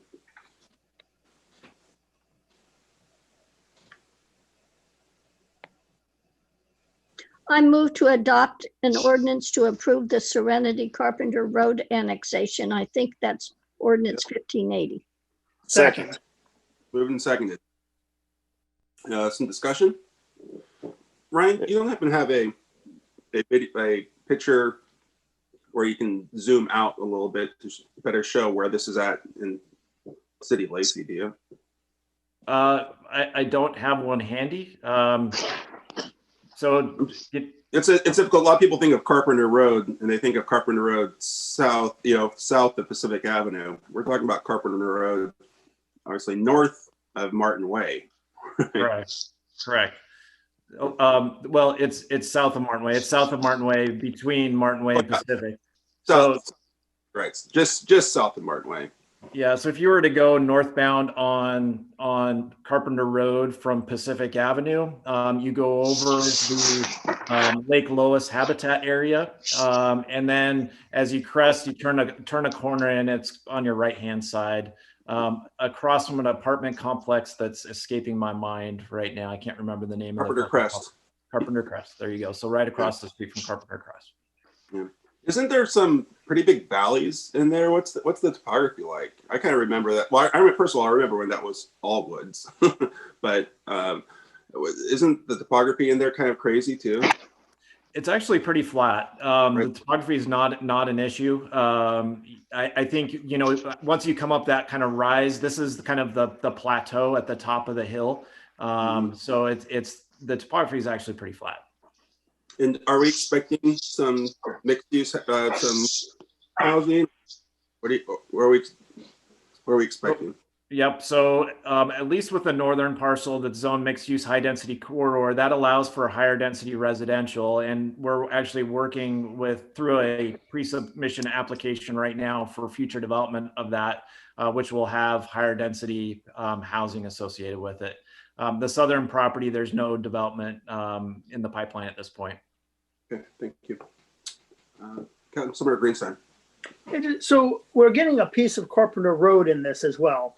Is there any significant liability with that? Because that's that's part of the new section, the part that was redone recently. So it's up to full city standards, recently reconstructed, and my understanding is we're probably maintaining a good portion of that newly installed corridor anyways. So there's no additional cost, in the near term until that road needs to be, reconstructed, whenever that may be, decades in the future.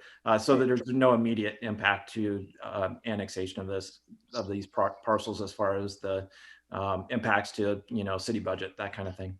That is a good question, because we've had conversations about this before, where the county just is in the process of, say, upgrading a roadway, and then we've been approached to annex it, and it's like, well, now we're going to have to reimburse the county for their portion of this road. But what I kind of remember is when we did this section, there's a bit of it was in the county, but we also ran purple pipe all the way down. And so I think we probably paid for it to begin with. Scott, can you fill us in?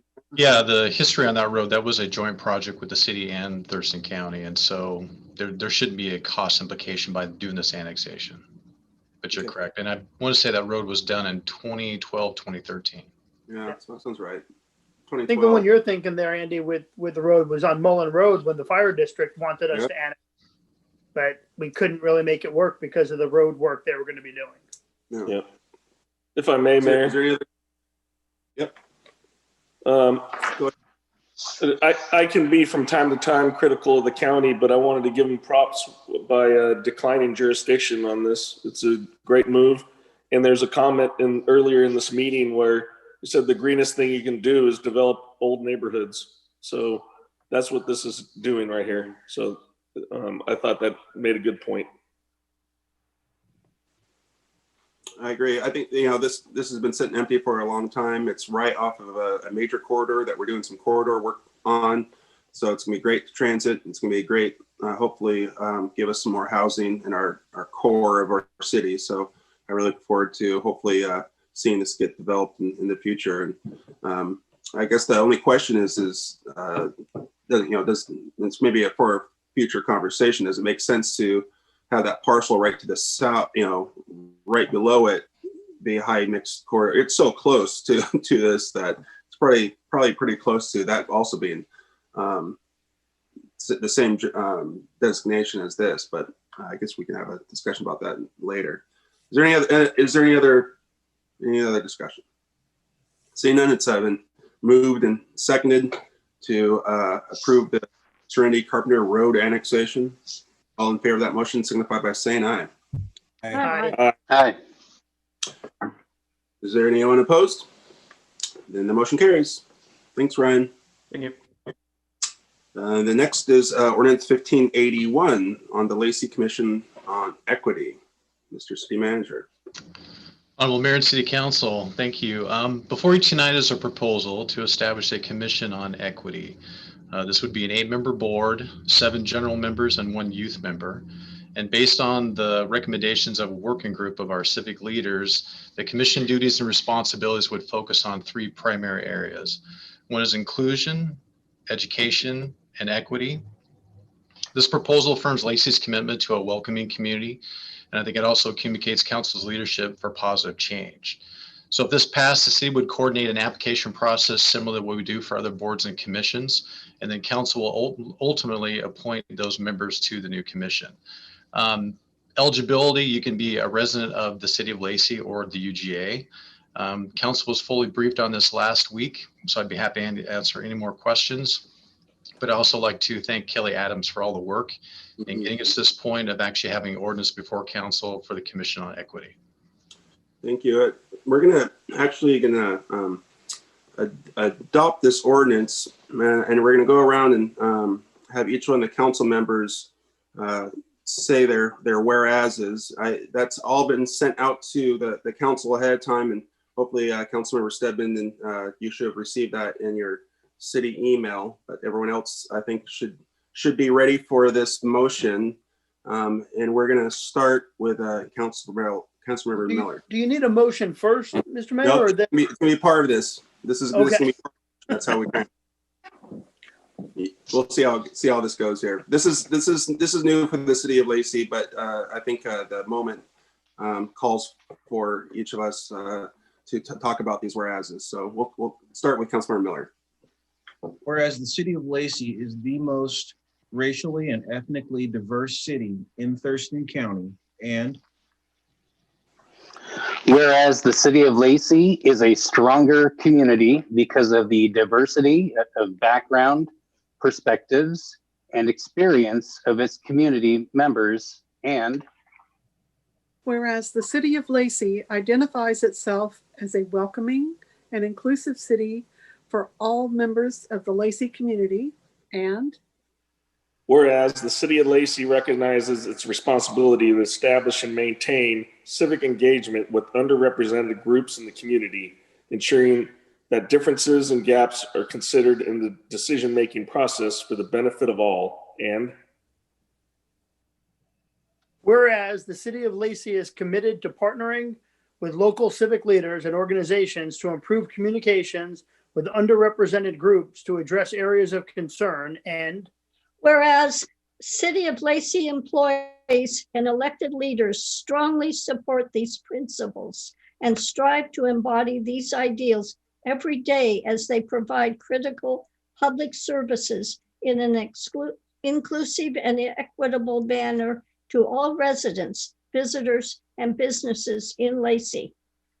Now, therefore, I, Andy Ryder, Mayor of the City of Lacey, do hereby move to adopt Ordinance 1581, establishing a Commission on Equity that will identify and address issues of inequity through policy improvement, inclusive activities, and educational partnerships. Do I have a second? Second. Moving. Is there any discussion? Councilmember Cox. I'm so happy that this day is here, and I will enthusiastically support the motion. Thank you. Is there any other discussion? Seeing none, it's been moved and seconded to adopt this ordinance that will establish a Commission on Equity. All in favor of that motion, signify by saying aye. Aye. Aye. Any opposed? That motion carries. Thank you, and thank you for bearing with us. This is the first time we've ever done something like this in this way, but I think it shows this council's commitment on this, and we really look forward to the next steps of this commission. And now we will start to advertise about this, and hopefully we'll have some great candidates that will come before this council for acceptance of this commission. We'll see the great work that they're going to start doing when it comes to this issue. So we're on the right step, on the right path here. So next up on our agenda is resolution ordinance 1582, amending the chapter 2.04 on city council meetings. Back to the city manager. Yes. So the simplest way I can explain this does not affect the time. That's a future discussion if council even wants to address the time. This is simply trying to provide consistency when we hold our work sessions and our regular city council meetings. For those who are watching from home, we typically make a change after January. So we hold our regular council meetings on the second and fourth Thursday, all the way up until October. And then November, we switch to the first and third of Thursdays each month, all the way through January. And then we flip back until February. What we're trying to do is provide consistency. So if council approves this ordinance, this means regular council meetings will be on the first and third Thursdays of each month. And then the work sessions will be on the second and fourth Thursdays of each month. So I'd be happy to any questions. I hope that was straightforward. Straightforward. Can I get a motion? I would make a motion to adopt ordinance 1582, amending chapter 2.04, city meetings. Second. Been moved and seconded. Is there any discussion? You know, this falls in the line of this is the way we've always done it, and so you know, I really appreciate, you know, when this council finds ways where we can actually make a little bit more sense of what we do as a city council. This definitely is one of those times where switching our council times, where the dates, you know, from work sessions back to council meetings has never made a lot of sense. I think this will be a lot clearer to our public on when we have council meetings and when we have work sessions. Councilmember Miller. Do we have to provide a certain timeline, or so that the public knows that we've made this switch? And if that's the case, then when would we implement? So this would take effect in February. So technically your 5 days after it's published is when the ordinance goes into effect. So that timing would fall in with February. So February, you'll have just like in January, your regular council meeting starts on the first Thursday and the third Thursday of the month. And that'll be the first time we've had a council meeting on the first Thursday, well before any of us have been on council. So that's the way it's always been. We flip back for some reason, which never made sense. Any other discussion? Oh, go ahead, Councilor. What effect will this have on? Will this have any effect on the fifth Thursday, or is that just? It won't have any effect on that. Correct. We don't have meetings on fifth Thursdays regardless. Correct. Any other discussion?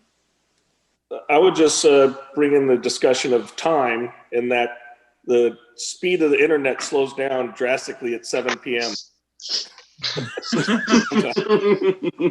Just saying.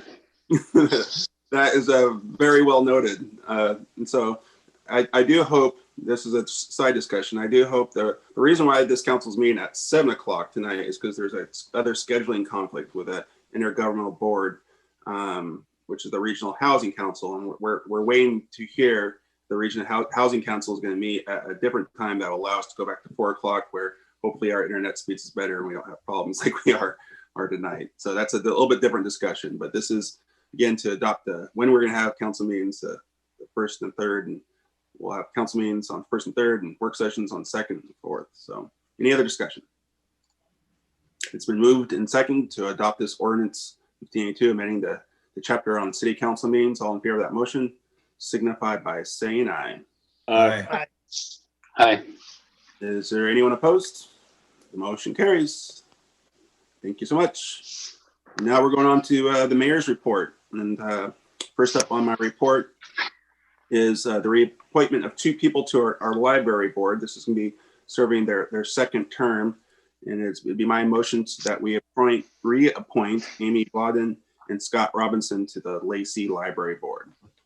Second. Moved and seconded. Is there any discussion? Seeing none. All in favor of that motion signify by saying aye. Aye. Aye. Is there anyone opposed? The motion carries, and we'll reappoint Amy and Scott to the library board.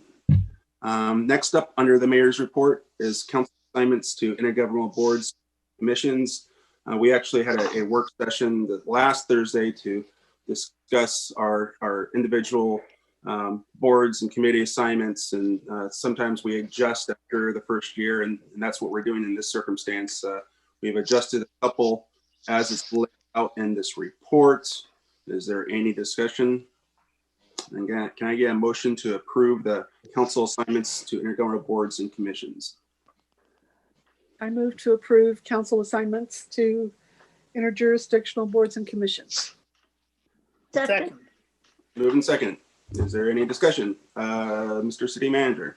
Just want to verify, just want to make sure that we captured council's changes. So hopefully council had opportunity to take a look at those and affirm that those are the correct changes discussed from the work session. It looked like it to me.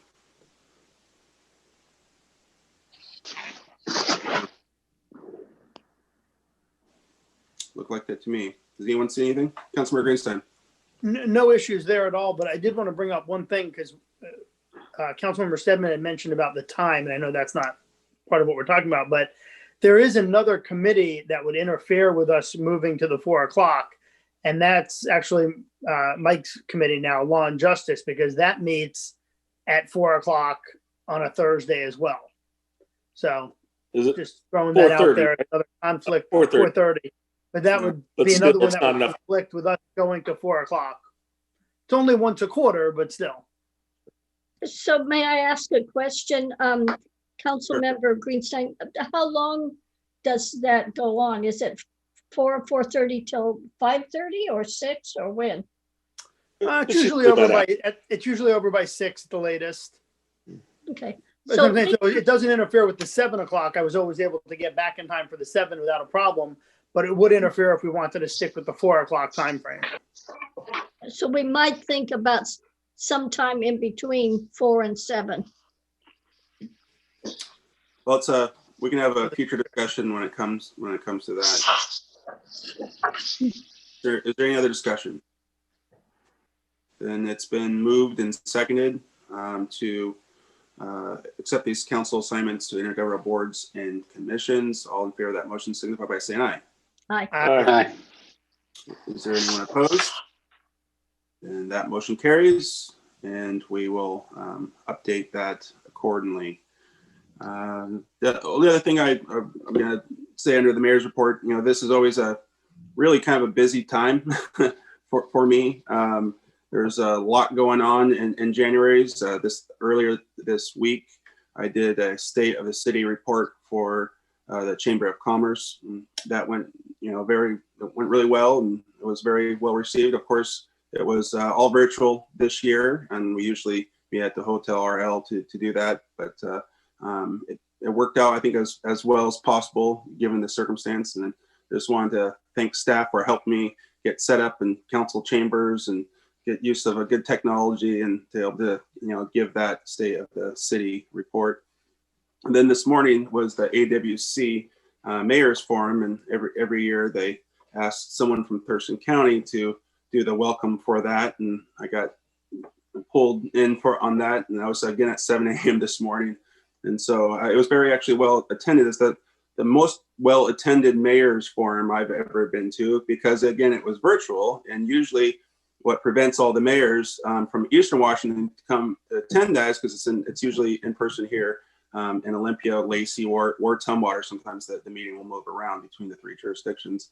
But they could attend virtually. So we had 89, I think, mayors attend that this morning. And we got an update from the state legislatures about bills coming through and priorities for cities and towns. And, there's a couple of big issues out there that's really kind of scary. And I know it's something that we're talking to all of our legislators about as well. And that is the unemployment insurance fund, which is been decimated this past year because so many people were put on unemployment. And how that traditionally works is that the employers and employees pay into that fund based on your experience, your rate for the business can go up or down based on how many people have been on unemployment for your business.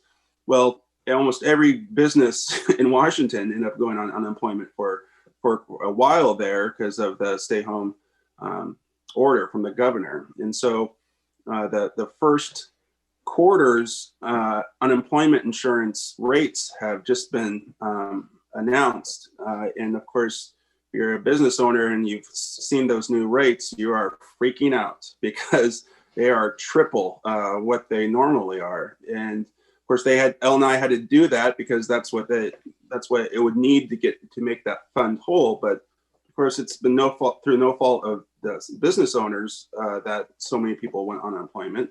And so the question is how's the state going to deal with this issue? And they're going to have to deal with it before the end of first quarter, where it's going to have a huge impact on businesses. And so we heard a couple different thoughts along that. Seeing there need to be some federal funds that come down and make that fund whole, or maybe it's the use of our state rainy day fund. If you ever need a rainy day fund, I would say this is be the time to use it. So I'm really hoping our state legislators hopefully they've heard from a lot of people so far on this issue, and so they know it's something that they need to deal with before April 1st. And so I'm just hoping that we'll pass that along. And for all those people who I actually received a couple phone calls recently on this, and I tell them, we know, I know, and yes, I am talking to our delegation, and they're aware of this circumstance as well. And so the other couple major issues that we're talking to our state legislature that I think is really important that this council understands very well is that so many people who are unhoused right now are camping in DOT right of way. That's not under the city of Lacey's jurisdiction. And this is very evident in a couple of our interchanges, our intersections, 108 and 109. And it's that issue needs to be solved ASAP. It's a dangerous situation for the people who are there. I've talked about the amount of trash and garbage that's being accumulated there.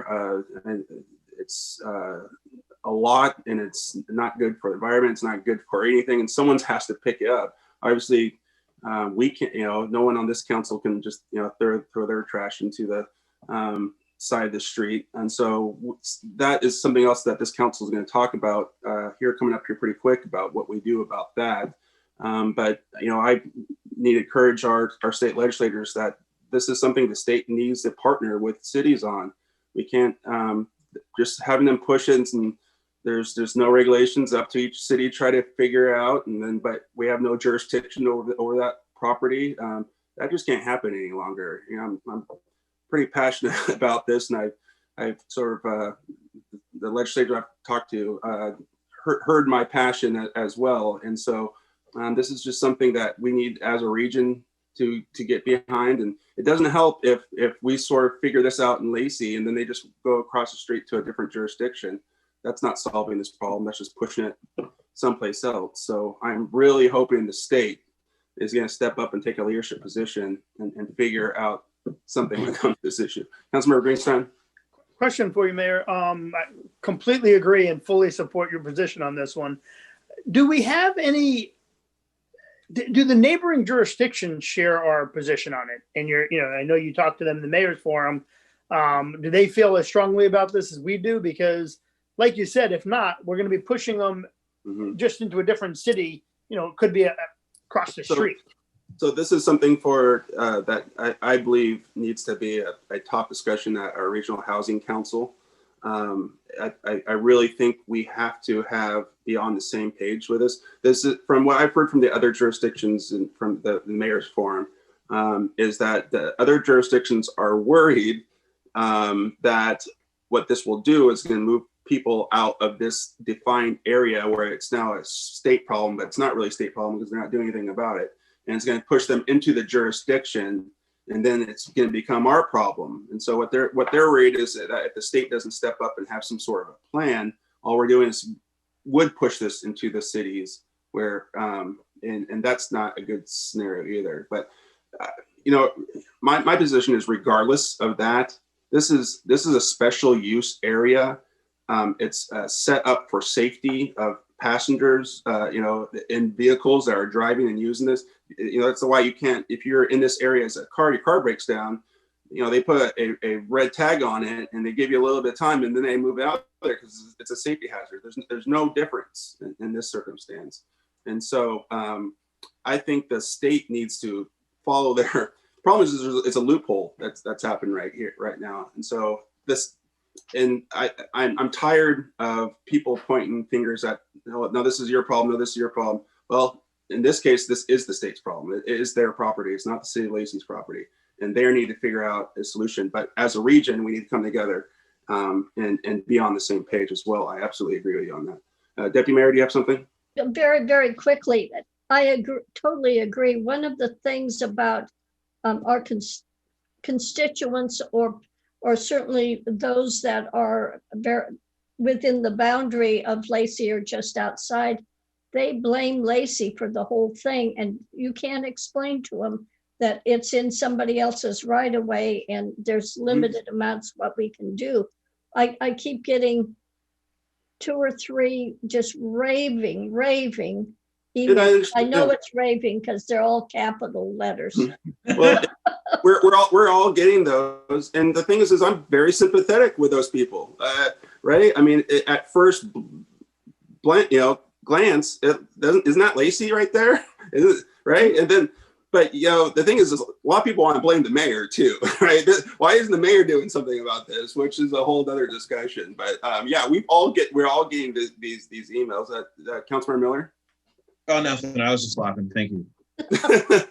So anyway, yeah, I am pretty passionate about this issue, but I'm passionate because I really believe it's a safety issue, and it's not good for anyone in this circumstance to be in that situation.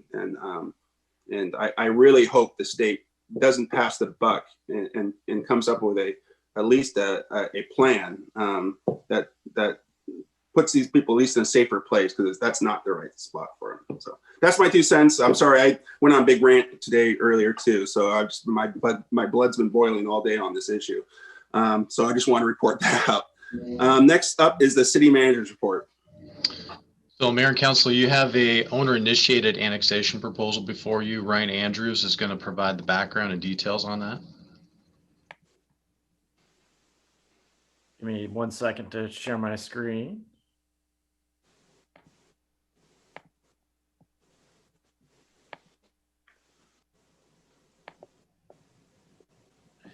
So you have another annexation in front of you tonight. Unlike the last annexation, which was at the end of the process, this annexation proposal is at the beginning of the process.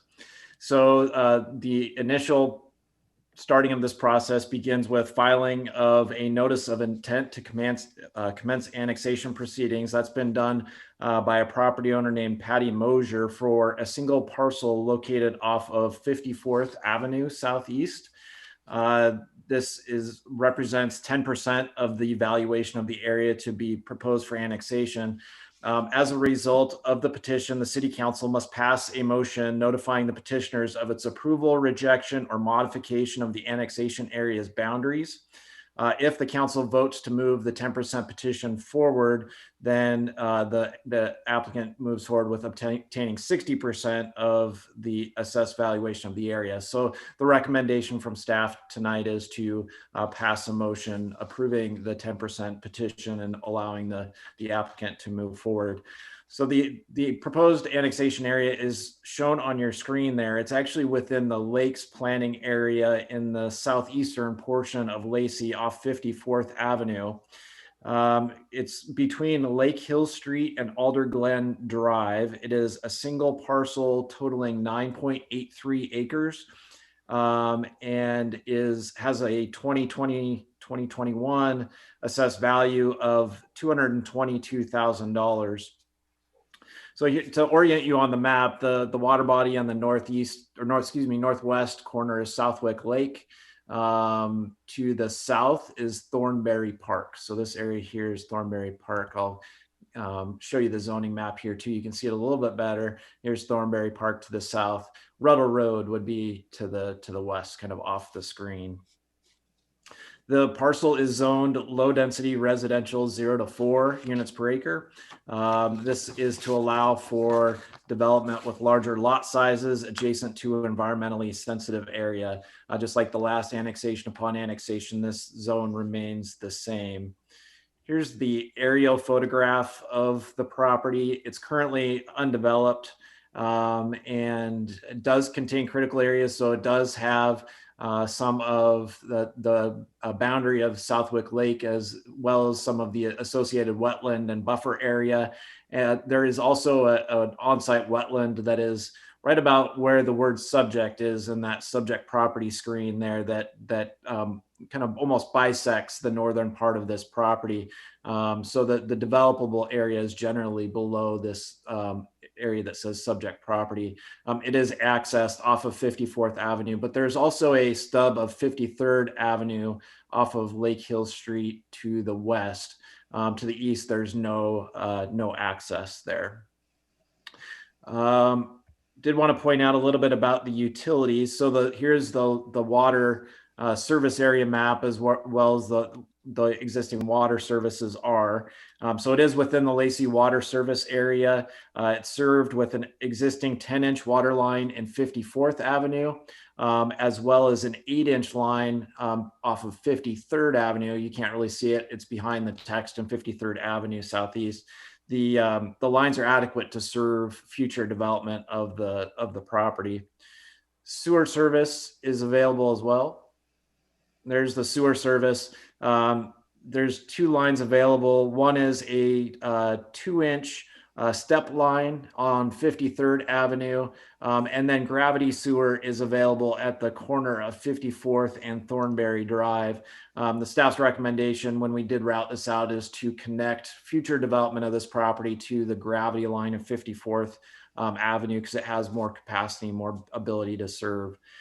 A little bit about taxes. Again, this is a relatively low assessed valuation of $222,000. So there's very little to be gained in terms of current assessed value.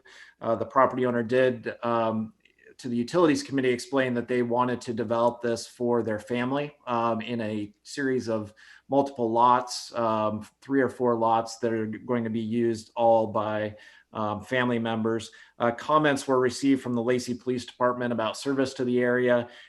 Based on the call loads from such a small development, they had relatively little concern about impacts to their budget as a result of this annexation. I did want to point out one additional thing, which is the council does have the ability to modify the boundaries, but the recommendation from staff and the Utilities Committee is to not. The single parcel you can see on the map is right here. As you move to the east, the area that's kind of in the tan color is in the unincorporated urban growth area. And so it's possible that we could annex it. But what you're seeing on your screen right now, those parcels that are in pink are those that we do have existing power of attorney agreements for. As you can see on your map, we do not have any existing power of attorney agreements with any of the surrounding parcels. And so it would be very difficult to get annexation petitions signed by all, or 60% of the property owners in this area. And again, like we talked about with the last annexation, it brings up this discussion on Mullen Road. So, logical boundary would be to include this entire development, but then we get back to the discussion on Mullen Road and whether or not we would annex that. And we would likely be required to if we were to annex this development as well. So we're just recommending, and the Utilities Committee is as well, that the single parcel be annexed. So again, the 10% petition has been submitted. recommendation is to approve a motion tonight to get the process started on the 60% petition. Once that's been submitted, it'll continue on through the review process. So with that, I'd be happy to answer any questions you might have. I make a motion to proceed with the proposed Mosier 54th Avenue annexation proposal that includes the following.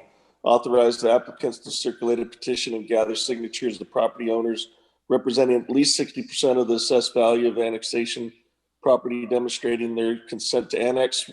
2, require the assumption of all or of any portion of existing city indebtedness by the area to be annexed. And 3, waive the requirement for completion of an annexation study in accordance with the city's annexation policies prior to the adoption of the ordinance to formally annex the area to make application to boundary review board.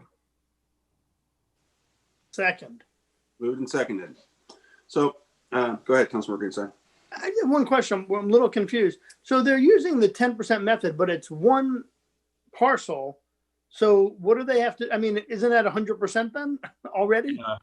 That's the way state law requires, is that it's a 2-step process. Really what it comes down to is that this initial process is to decide whether or not the city wants to actually take up the annexation in the first place.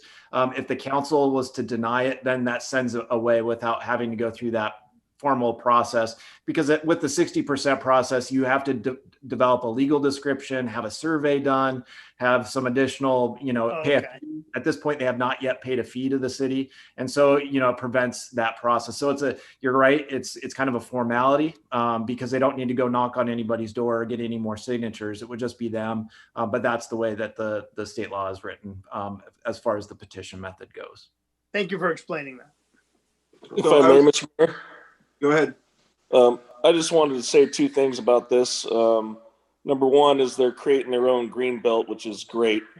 And 2 is they're creating a forever home for their family. So I thought those 2 things were just great and wanted to share it with the public. Mm-hmm. Yeah, at first I was a little concerned that the 0 to 4 didn't make a lot of sense considering it's surrounded by neighborhoods on both sides, and it doesn't feel like that. But if they're only one family is developing it and they can do everything within the, what they need to do, then of course I want to accept that's what they want to do. I guess my question is, and I can see this happening, is that we're going to accept this. It's going to go to the boundary review board, and they're going to take a look at this and say, you need to annex the neighborhood, adjacent to it, and it's going to come back to us. And then what do we do at that point? The good thing with this application, because it's less than 10 acres and less than $2 million in assessed value, it goes through the expedited boundary review board process, which they only invoke jurisdiction if another jurisdiction requests that requests their review. And so more than likely with such a low assessed value and such a relatively small parcel, it's unlikely that jurisdiction would be invoked to have to take on the rest of that property. If it does, that's something we'll have to address when we get there. But at this point, I'd say that's quite unlikely. Sounds good. And I like to see that our annexation is working out quite well, where they need to come into the city prior to us extending services. And so I imagine that's one of the other reasons why they are moving forward with this annexation. And so that is a good thing. Yep, they are, with the changes in council's policies to require that they, if they're contiguous, if they want city utilities, they need to be annexed prior to extending those utilities. That you're seeing that in action, and that's part of this, is that they need those utilities to develop the property. So they're going to annex first and then go through the development process in the city.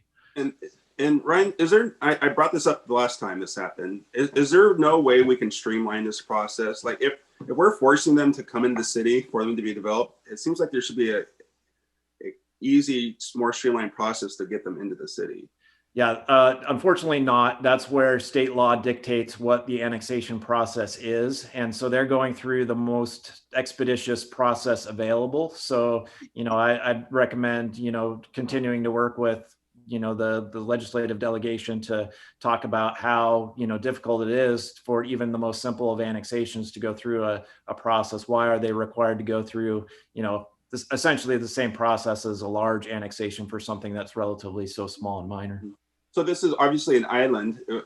Was if the city through the new legislation that was passed was to invoke this jurisdiction, would that be faster? So are you talking about the interlocal agreement method? Mm-hmm. Yeah, so that would require us to go through. So, that's not typical for something that is applicant initiated. That's something that's going to be more, city initiated on an area wide basis, and not something we would do, on an individual basis like this. Well, it's worth asking the question. Okay, it's been moved and seconded to proceed with a proposed Mosier 54th Avenue proposal. All in favor of that motion signify by saying aye. Aye. Is there anyone opposed? That motion carries. Thank you. Thank you. You have anything else, Mr. City Manager? Do not. Okay, then we'll go to standing general committees. And first up is the Community Relations and Public Affairs Committee. Thanks, Mr. Mayor. I'll be brief because it's after 9 o'clock. Public Relations and Community Relations and Public Affairs met on January 7th at 11. And we had a 2-item agenda. First was the new museum and cultural center logo, just some more modern looking logo, something more in our day and age, if you will. And the Blue Star Memorial was installed at Civic Plaza Park. So I encourage the public to go online because I don't have any pictures on me right now to share with them. Go to the city website online and check out these. But if you get a chance to physically go out to Civic Plaza Park off Slater Kenny Road by Applebee's and the old Sears building, check out the new Blue Star Memorial. It's a great addition to what soon will be a tourist attraction there, I believe, with our plans out there at Civic Plaza Park. So that was the gist of the meeting. Again, trying to be brief. Utilities Committee. That is myself also again. And we went over the Mosier 54th Avenue already, and that was it.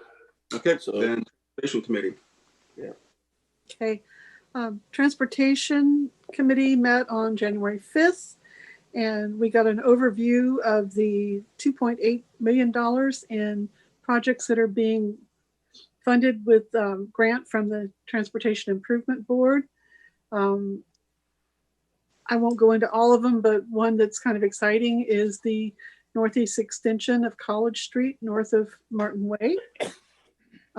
We also got a construction update on projects including the retaining wall on Muddle Road, the Mullen Road improvements, etc.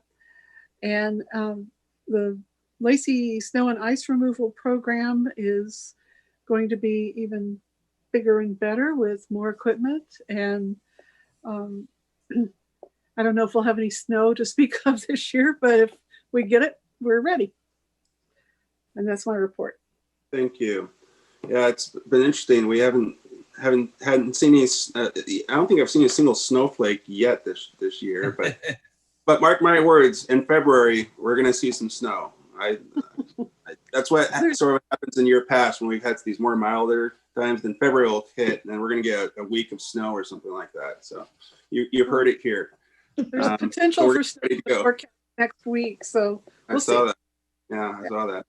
So next up is boards, commissions, and committee reports. I'll go up first. We didn't have as I said last time, we didn't have a mayor's forum at the beginning of this month. However, we are calling a special mayor's forum tomorrow for one purpose, which is we have to by law appoint from the mayors someone to our public facilities district, and it has to be the mayor's selection. And so since we weren't able to do that at our mayor's forum, we're calling a special, probably 5-minute meeting that's going to be open to the public tomorrow at noon. And since Olympia, maybe this is the last time this is going to happen, but Olympia is the largest city right now in Thurston County. And so the ordinance says that the largest city in Thurston County calls the meeting, and then all the mayors who are in attendance, a majority of them will vote to select someone who's the mayor's choice to the Public Facilities District. And so we're going to have like a quick 5-10 minute meeting tomorrow called by the city of Olympia. And so if you're interested in that and you're from the public, the city of Olympia put out their public notice earlier this week, and we will do that real quick tomorrow at noon. Then next up is the Transportation Policy Board, which met on January 13th, bright and early. We had several different housekeeping items that we talk about. We talked about our 2021 meeting schedule. We talked about our member appointments. That right now there's for a long time we haven't had a business rep, but I got a email from the Lacey constituent, and I think this council is aware. For every time a new business owner gets a business license in the city of Lacey, maybe the council doesn't know this, but every time a new business opens in the city of Lacey, so they have to get a new business license, we have write them a letter, and I personally sign the letter welcoming them to the city of Lacey and for being a part of our community, and thank them for taking the plunge and being a business owner, and talk about some resources that we have, and talk about our B&O tax credit that we give for the first 3 years.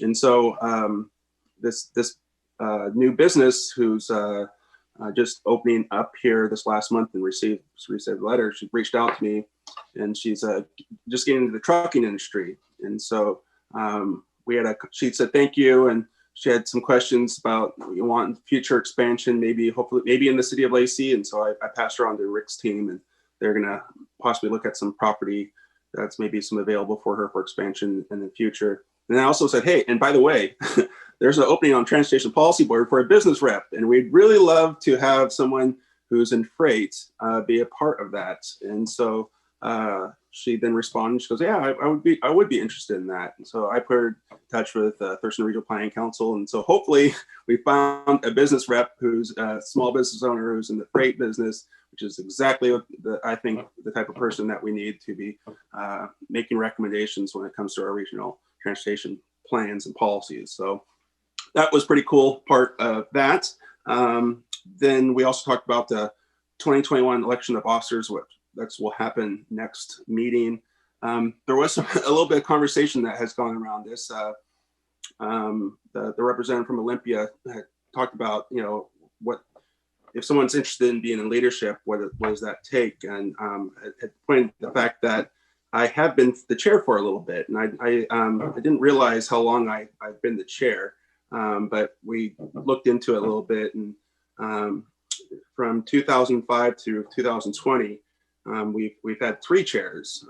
Doug Ma was the chair from 2005 to 2007, and then Pete Komet was chair for 4 years, from 2008 through 2011, and I've been the chair since 2012 through 2020. So I have been the chair for quite a long time, and then the vice chair has changed, but the vice chair stayed the same for a little while too. And there's a little bit of difference between what goes on at the Transportation Policy Board and what happens at the Thurston Regional Planning Council, and this will be explained a little bit more at our next meeting.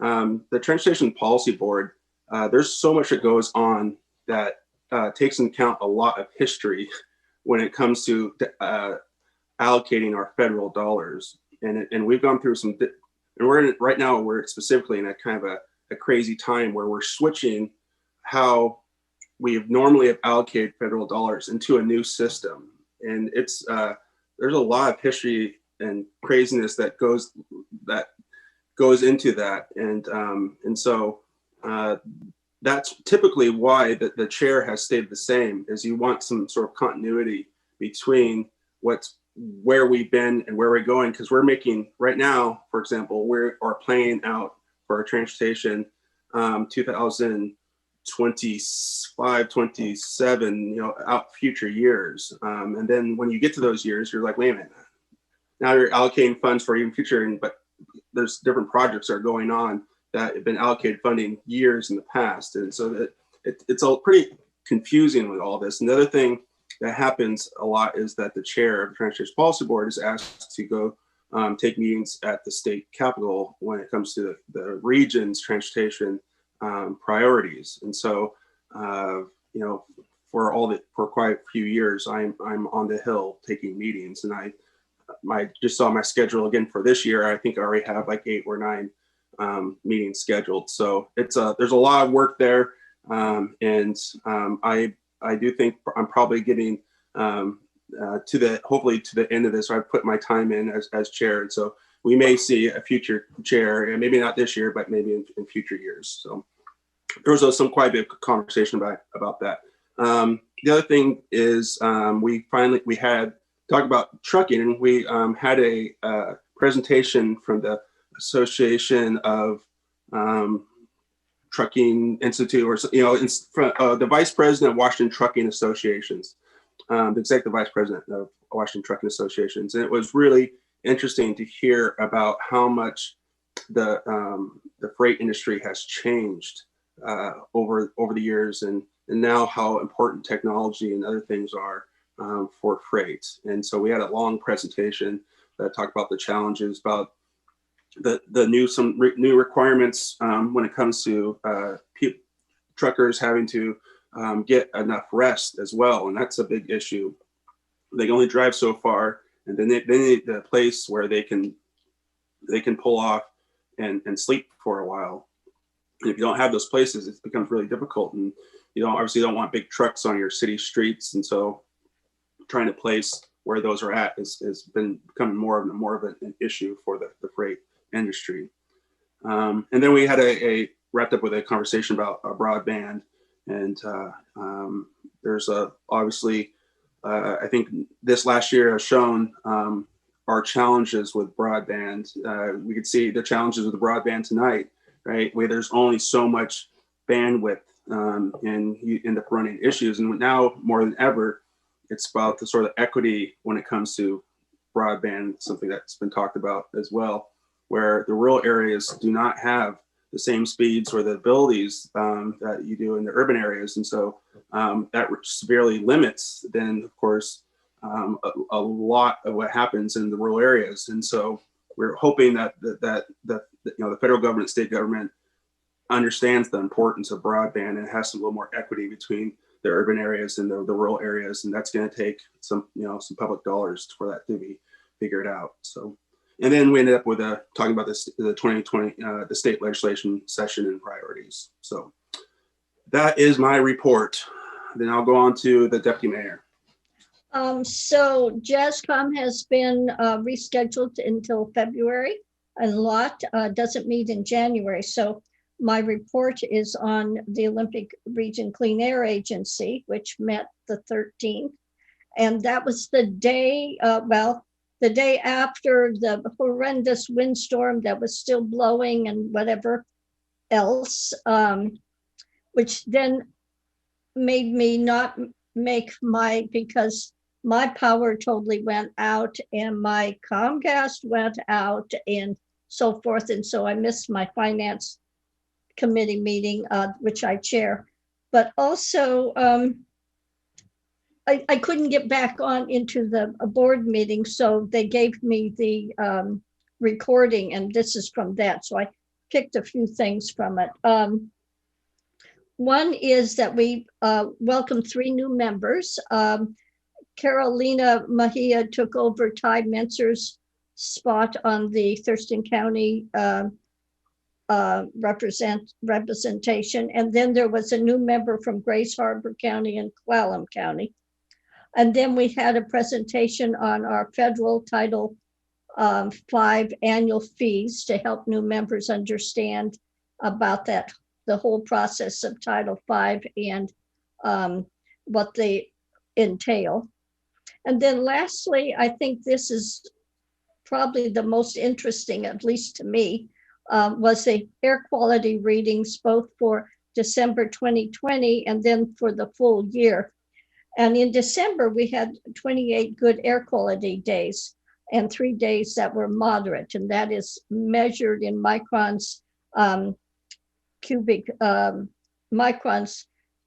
metered. And then, but when we looked at the full year, which you remember, which included days we had major wildfires in Eastern Washington as well as California, it showed 343 good days, which is fine, 10 moderate days, 5 days that were unhealthy for sensitive groups, 2 days that were unhealthy for all of us, 3 days that were very unhealthy for all of us, and then 3 days that were just plain hazardous to all of us. And that is pretty significant when you look at what that means. I've been on ORCA since 2010, and that's never happened until it started getting bad around 2018, that bad. The 2020 analysis of average data was really quite significant. The data in Lacey, and remember, Lacey measures all of Thurston County, showed when they included wildfire data, it showed 63.6 days microns meter cubed, days of microns meter cubed, but without wildfire data, the average was 13.2. So going from 63.6 to 13.2 average. And then Dr. Hadley showed average summer data from 2008. And it was really clear that severe wildfires are becoming more frequent, which then increases negative air quality, which is definitely affecting sensitive groups such as asthmatics, people with COPD, and any other kind of respiratory problem. But because wildfire season is now longer and more intense, it has started affecting everyone's air quality. And then last year, we were wearing masks, which helped to protect us from breathing wildfire smoke. So, I mean, if nothing else, COVID made sure that we aren't getting smoke. Then that's my report. Thank you. Next up is Councilmember Cox. Okay, I'm going to report on the Regional Housing Council, which met right before tonight's City Council meeting. I think Lenny has already sort of tipped part of my hand that we did discuss meeting schedule and identified conflicts with shifting to an earlier time for Regional Housing Council to meet on Thursdays. So we're going to take a doodle poll or some other means of seeing if we can find another time. But yeah, it'll take a little time for that to play out, and hopefully we'll have an answer next month, but we'll see. Highlights from the meeting. Olympia has decided to back away from using its site at Carpenter Road and Martin Way for a safe parking site for people who live in RVs and cars. This is primarily because of the expense of developing the property to support even, gravel parking on there and grading and all the things that would have to be done. And so they're hand in hand with the Thurston County Health and Social Services. They've decided, rather than look for another big congregate site, to go with a different approach of looking for much smaller managed sites that would be scattered around the county. So Olympia is proposing to repurpose the funding that the county had authorized for the Carpenter Martin Way site for this new scattered site approach. So that's going to be shifting. We elected County Commissioner Carolina Mejia as vice chair to succeed former Commissioner Hutchings. And we'll have officer elections, I believe, in February. We spent a good bit of time reviewing the federal, state, and local funding sources that we will be awarding grants for. And that work begins with the funding committee as part of the Housing Council. We'll be looking to set criteria for funding and work through our process of eventually recommending to the county which applicants should get funding in the next funding cycle. We heard that the Thurston Thrives Housing Action Team is recommending 4 broad priorities. One is addressing racial disparities and centering racial equity in funding decisions. Another is identifying and engaging all people living outside. A third would be to prioritize housing placements for those with the highest needs. And the fourth area would be to operate an effective and efficient way of moving unhoused individuals and families from homelessness into permanent housing. And that is my report. Thank you. Councilmember Greenstein. Yes, one report tonight. Emergency Medical Services met yesterday, and just a couple of things from that meeting that I think kind of a couple of highlights. One is Medic 1 will likely be going out for a levy lid lift on the August ballot, if approved by the county commission. They've not been out to the public since 1999 for a levy lid lift, so it's likely that will happen this year. Secondly, the first round of vaccinations for first responders, EMS personnel, Medic 1, firefighters was conducted, which has already been conducted. Second round to try to get up to at least 70% of those in that field is going to be conducted on January 30th through February 5th. This was kind of interesting. You know, we're getting between 3,500 and 5,000 doses into Thurston County per week. The 1B group for Thurston County encompasses about 80,000 individuals. So just want to point out that people need to be patient. It is not going to be quick unless we get considerably more vaccine. So obviously they're talking about, mass vaccination centers and all that. But the reality is at this point, we're only getting less than 5,000 doses per week into the county. 80,000 people at 5,000 a week, do the math. It's going to take months just to get through the 1B, which is 65 and older. So just keep that in mind. And that is my report. Well, that's depressing. Well, the hope is that we'll get, that will be ramped up, but until it is, you can only give the doses you have, and 5,000 just, especially when, don't forget, every person needs 2. Yeah. So 5,000 a week, 80,000 people, that's 160,000 doses you need to get through that group. It's going to be a while. Councilman Miller. Yeah, just one quick report. I guess Thurston Thrives actually meets next week, so I'll have a report on that. Thurston County Coalition Against Trafficking did meet, and there is a community conversation coming up next week. You guys are all invited to attend. The LTAC has not met. I did have a TRPC meeting on Friday, January 8th. We touched on a bunch of the same things that you guys had in the transportation meeting. And I guess we might have even seen the same presentation from Russ Elliott. We did. The Washington State, which you've kind of gone over. I'll give just a real brief synopsis.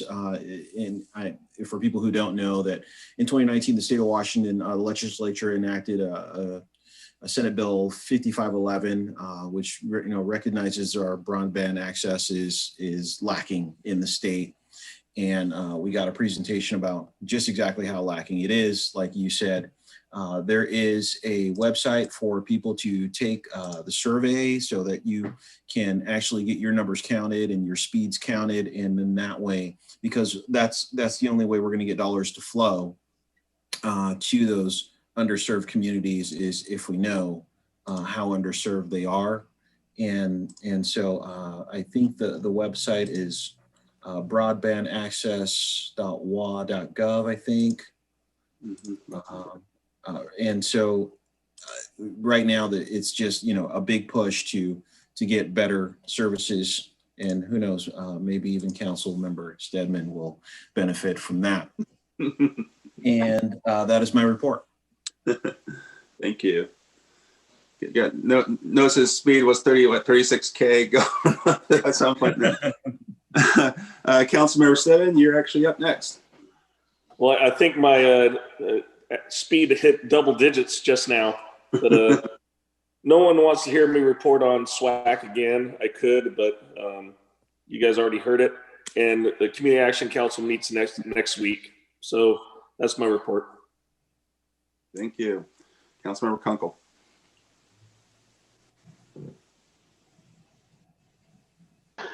Thank you, Mayor. I'm pulling up. There we go. So the VCB board met last week. Remember I mentioned before there was a concern about our lodging taxes potentially being diverted to the general fund. Looks like that is dead on arrival. That's not going to happen, thankfully. And then EDC is going to be meeting on the 27th, so I'll have a report after that meeting. And that is all I have. Well, forget these council meetings with that go to 9:30. Some of the newer council members, we've had times where this meeting goes until 11:30. So those days have been long gone. But boy, even at 9:30 at night, I kind of remember how lucky we've been to having it at 4 o'clock, and you're not completely toast the next day. And so we're not Olympia though. Yeah, which goes on. Hardly goes till midnight. Till they die. I couldn't be on their council. That's past my bedtime. I couldn't pay me to be on their council, period. So anyway, that's a different conversation.